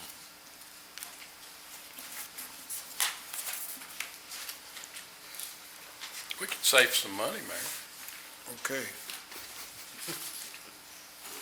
All right, Madam Clerk, please call the roll. All right, Mr. Fitzpatrick? Aye. Vice Mayor Cobb? Aye. Ms. White Boyd? Aye. Mr. Volleson? Aye. Ms. Moon Reynolds? Ms. Sanchez Jones? Mayor Lee? Aye, and the resolution passes. Item number H1 is reports of committees, comments on certain authorities, boards, committees, and commissions in which city council serves as liaisons or appointees. Are there any comments by members of the city council? Vice Mayor. Thank you, Mayor. Just wanted to give a couple of quick updates from the GRTC board meeting, which was held earlier today. The 3 electric buses will be going into production as of November 17th, and they're scheduled to be delivered in January of 2025. We've been dealing with that for how many years? Yeah. Since I've been on council, Yeah. 6 years. Well, production was a bit delayed, but it's happening. bit. It's happening. Just a bit. Advertising, we got a great report that advertising on our buses is at capacity right now for the next several months, which is very exciting. Let's see, what else? The designated smoking area was mentioned earlier. Ridership in July was up to 118,000, which is up 10,000 from this time last year, and up 7,000 from last month. So ridership continues to go up across the board for all of our services, including Metroflex. Lastly, we made a request, we'll do it as a formal request to the city manager. The GRTC board unanimously approved moving forward with a request to rename the transit center after Margie Jumper. We're still working on the details for that, which can be worked out through the proper process, but according to the city council policy, that recommendation is now going to be in the hands of the city manager to bring that recommendation to city council at a future date. And I think that's everything. Dr. Patton, Yes, I sir. don't know if you got it yet, but there's a request that I'm working with Dr. Nancy Dye to change Reserve Avenue over in the Korean area to Research Avenue. I have not received it, checking my emails today unless in previous I missed it, but I'm not aware of it, sir. Okay, we'll send that back to you. There's been a request from them, from Please. Korean to do that. Okay. Okay. Let me go to Vivian first. Oh, excuse me. Mayor, and Dr. Patton, I Yes, would ma'am. like to have Ms. Katie Hedrick come up and tell the people how much, all the work that went into making Roanoke a welcoming city, because I know it took a lot. Yes, Ms. Hedrick, you can come forward. Thank you. Hello again, everyone. So, that wasn't me. That's think not us either. We're done for the day. So as Ms. Sanchez-Jones said, They were missed. we did our certified welcoming. We were officially granted the one-star certification in January of this year. The process started probably June of 2023. I'm losing track of my years. So by the end of the process, we had about 12 different organizations involved, and we had 30 individuals that participated in our audit interviews. So we had to submit evidences. There are 7 core areas of the certification. I probably can't name them off the top of my head, but it was schools, safer communities, economic development, civic engagement, a bunch of different criteria. We had to submit evidence that all of our programs were inclusive of immigrants and refugees in each of those areas. And then staff from Certified Welcoming came to Roanoke for 3 days of in-person interviews with all those various organizations and stakeholders to kind of prove that we had met their criteria, that we were doing all the things that they asked of us. And then from there, We had a couple of follow-up interviews, and then we finally received that certification. So it's a 5-star ranking system, and right now we are 1-star certified. We'll recertify every 4 years. So the goal, obviously, between now and that next time is to continue to move up within those starred systems. But it was a lot of work, not just me, as I mentioned earlier. I was born in Roanoke. I have lived in Roanoke forever. So it was just really a moment where I felt very proud of our city to be able to do all of those things and to prove all of the programs and services that we have in place. Thank you. Thank you. While we're reporting on that, thank you, Katie. Let me say, I've had a couple of Saturdays that I went out to watch our 10 and under 12 and under football programs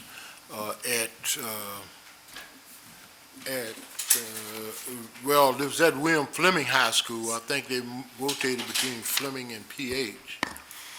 But let me just say, I think they were so happy to see me, not so much for me being the mayor, but just that a city council person showed up on a Saturday, because you got a lot of parents, and with those 12 and under and little kids, the parents bring them there, and they were just, they were very excited to see somebody out there watching them play. There's still some issues that we have to deal with, I mean, because you got one team with about 18 players, and another team with only 11. And in football, that's all you got to put 11 on the field. So that means that group had to play everybody for 4 quarters. It was kind of hot that day. But I would just wanted to encourage you all who are, well, football supporters or supporters of youth athletics. Let them go out and drop by for 10, 15, 20 minutes. Let them see you there. I think it makes their day. They're really happy about that, and I was greeted with such enthusiasm that I probably could have ran again for office out there, and I know that would get some stares on that. But anyway, You want us to nominate you? Yeah, it's too late. They could have did it. Help you. But I was just real pleased with it. There's still some work to do, but they were in uniforms. They had the Brown team had brown uniforms and helmets. The Patriots had blue and white uniforms. They looked real stylish, looked real good. And so you've got some parents out there that's trying to make it work. And they were coaching, and you got a mother of the team and all of that. But I'm just saying, if we get a chance, to my colleagues, get a chance, just show up there. And you have to call the rec department to find out if it's at Patrick Henry or at Fleming. But they really appreciate your presence out there. And hopefully we'll do that. I'm hoping that I can get by again this week, this Saturday. But I just wanted to pass that on. They very appreciate that, because we got we go back and forth on that.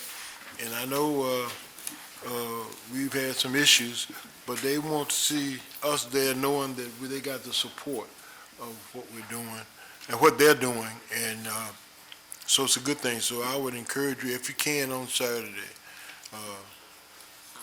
try to get by either one of the high schools. They're playing in one of the high school fields.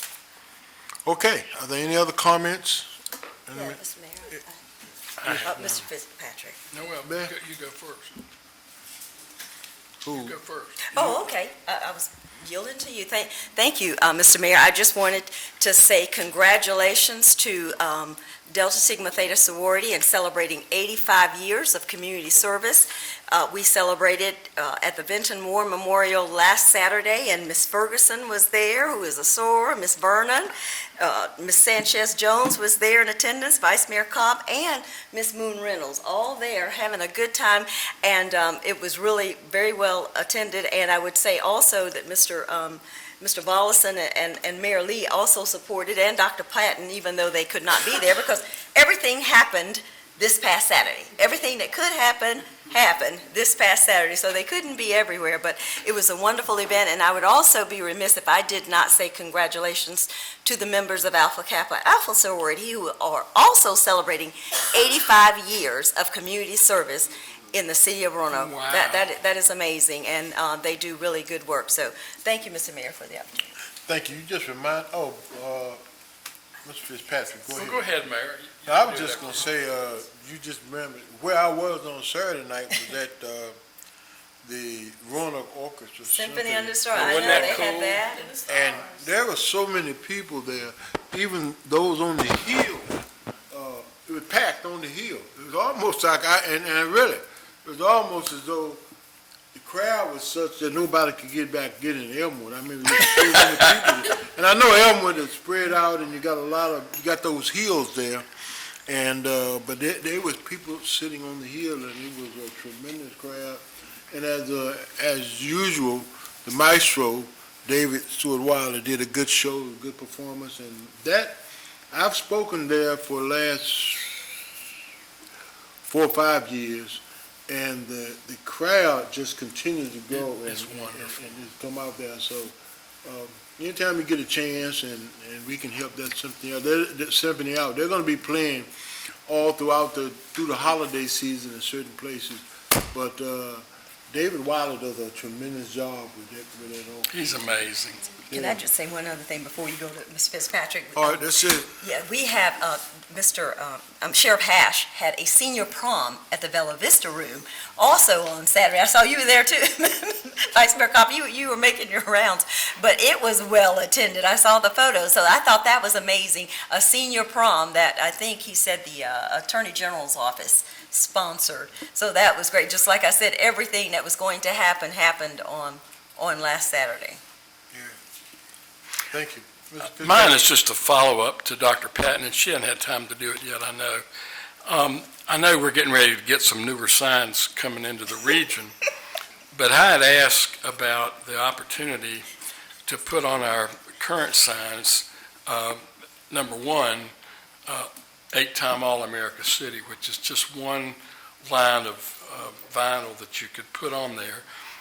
One of the other things, as Vice Mayor, I suggested, and I still think is more important than that, is we're the first place in America for both a white and an African-American volunteer rescue squad, right here, formed with our relationship with the Norfolk and Western Railroad. I just have a problem. It's kind of like her talking about being from Roanoke all over life. Anything you do here makes you proud if you're a native. And to me, all those people coming from Greensboro or coming down 81 or whatever, we have done so much that we are not noted for. And I love telling those North Carolinians just how good we are, because all I do is hear about how good they are. So I just want to follow up and see how we might be moving on that, because whether we get the new signs or not, it's not my point. The point is at our own city limits, we ought to be able to talk about ourselves some. We've already got the investment, we just have to put something on it. And there's usually right much room there. And I can come up with a couple more things if you want me to. Councilman Fitzpatrick, you just put a light bulb on as it relates to, I think it was the mayor who said, let's put something on the sign. I'll have a report back to you by the next meeting. Oh, I'm not, I mean. No, because Just do it before I'm not on council Well, that's anymore. why I say Make me by the feel next good. meeting, we'll move it forward. But also, that particular squad, which was an all-African-American squad, were the creator of the what is now known as the defibrillator.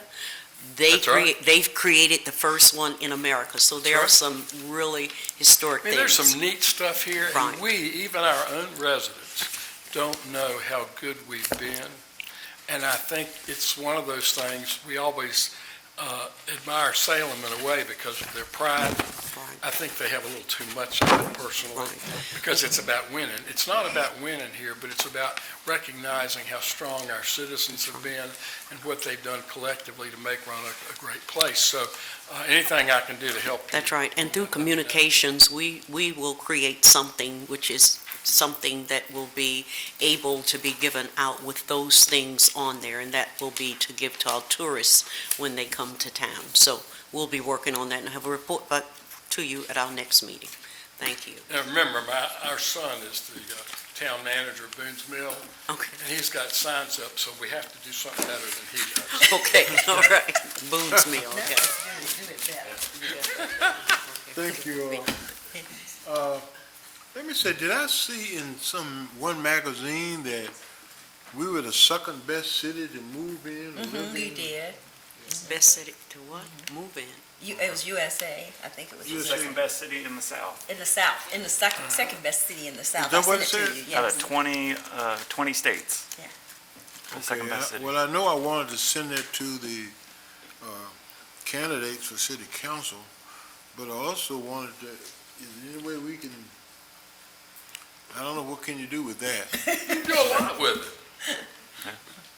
I mean, yeah, Communications, where is Yeah, your we can Let our include that all in our communications staff take that and communication. go with It's it. on your list. As See, we're gonna she's develop. on it. We have a lot of work to do. We'll get it done. Okay, Thank you.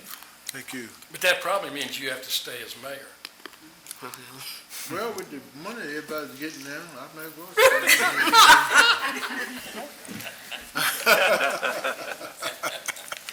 All right, anybody else got anything? Okay, Madam Clerk, I get going, and you gotta put me back where I was before I left. We were on reports of committees. We're at number 9 now. There was none. Number 10, that's where we are, and I believe the city attorney has something. Okay, what did I move that? That's- To 10, and We've got 2 items, Mayor. Okay,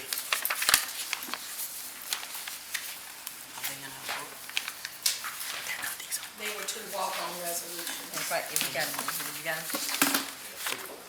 okay. 2 walk-on resolutions? Yes, yes. QRTC. They're not here. They're the You don't have to have them, they need to have them. All right, we got 2 walk-on resolutions. that's my stuff. All right, a resolution approving and affirming the action taken by the Greater Roanoke Transit of GRTC, the Valley Metro, to implement fare 3-day transit services for Go Fest for Saturday, October 19th, 2024, and authorizing the city manager or her designee to take any necessary action to accomplish such fare. All right, Madam Clerk, do you have that? Yes, sir. Can you read title I'll make a paragraph? motion to move the resolutions. Second. All right, Madam Clerk, can you read the title paragraph? Yes, sir. A resolution approving and affirming the action taken by the Greater Roanoke Transit Company doing business as Valley Metro to implement fare-free day transit services for Go Fest for Saturday, October 19th, 2024, and authorizing the city manager or her designee to take any necessary action to accomplish such fare. All right, any discussion on this by members of council? Hearing none, Madam Clerk, please call the roll. Mr. Fitzpatrick? Aye. Vice Mayor Cobb? Aye. Ms. White Boyd? Aye. Mr. Volleson? Aye. Ms. Moon Reynolds? Aye. Ms. Sanchez Jones? Aye. And Mayor Lee. Aye, and the resolution is approved. All right, the next resolution is approving and affirming the action taken by the Greater Roanoke Transit Company, GRTC, Valley Metro, to implement a fare-free election day bus service for Tuesday, November 5th, 2024, and authorizing the city manager or her designee to take any necessary action to accomplish such fare. All right, is there a motion? Move the resolution. Second. All right, Madam Clerk, can you read the title paragraph?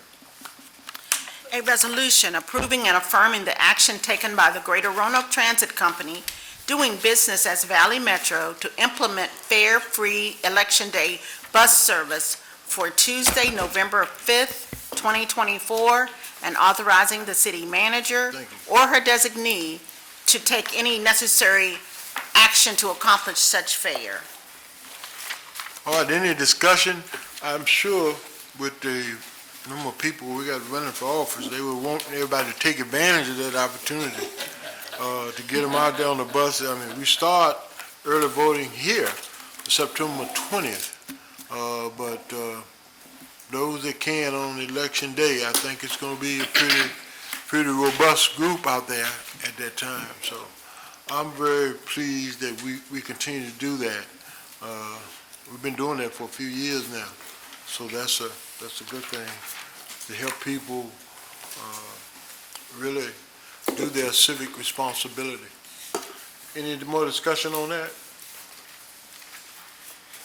Thank you. Madam Clerk, we ready to call the roll. All right. Mr. Fitzpatrick? Aye. Vice Mayor Cobb? Aye. Ms. White Boyd? Aye. Mr. Volleson? Aye. Ms. Moon Reynolds? Aye. Ms. Sanchez Jones? And Mayor Lee. Aye. All right, so that's a good thing. Take advantage of that election day, fair there. All right, motion to miscellaneous business. We don't have any of that. And so vacancies on certain authorities or boards, we have none. So council will be in recess, and thereafter we'll reconvene here at 7:00 p.m. Thank you.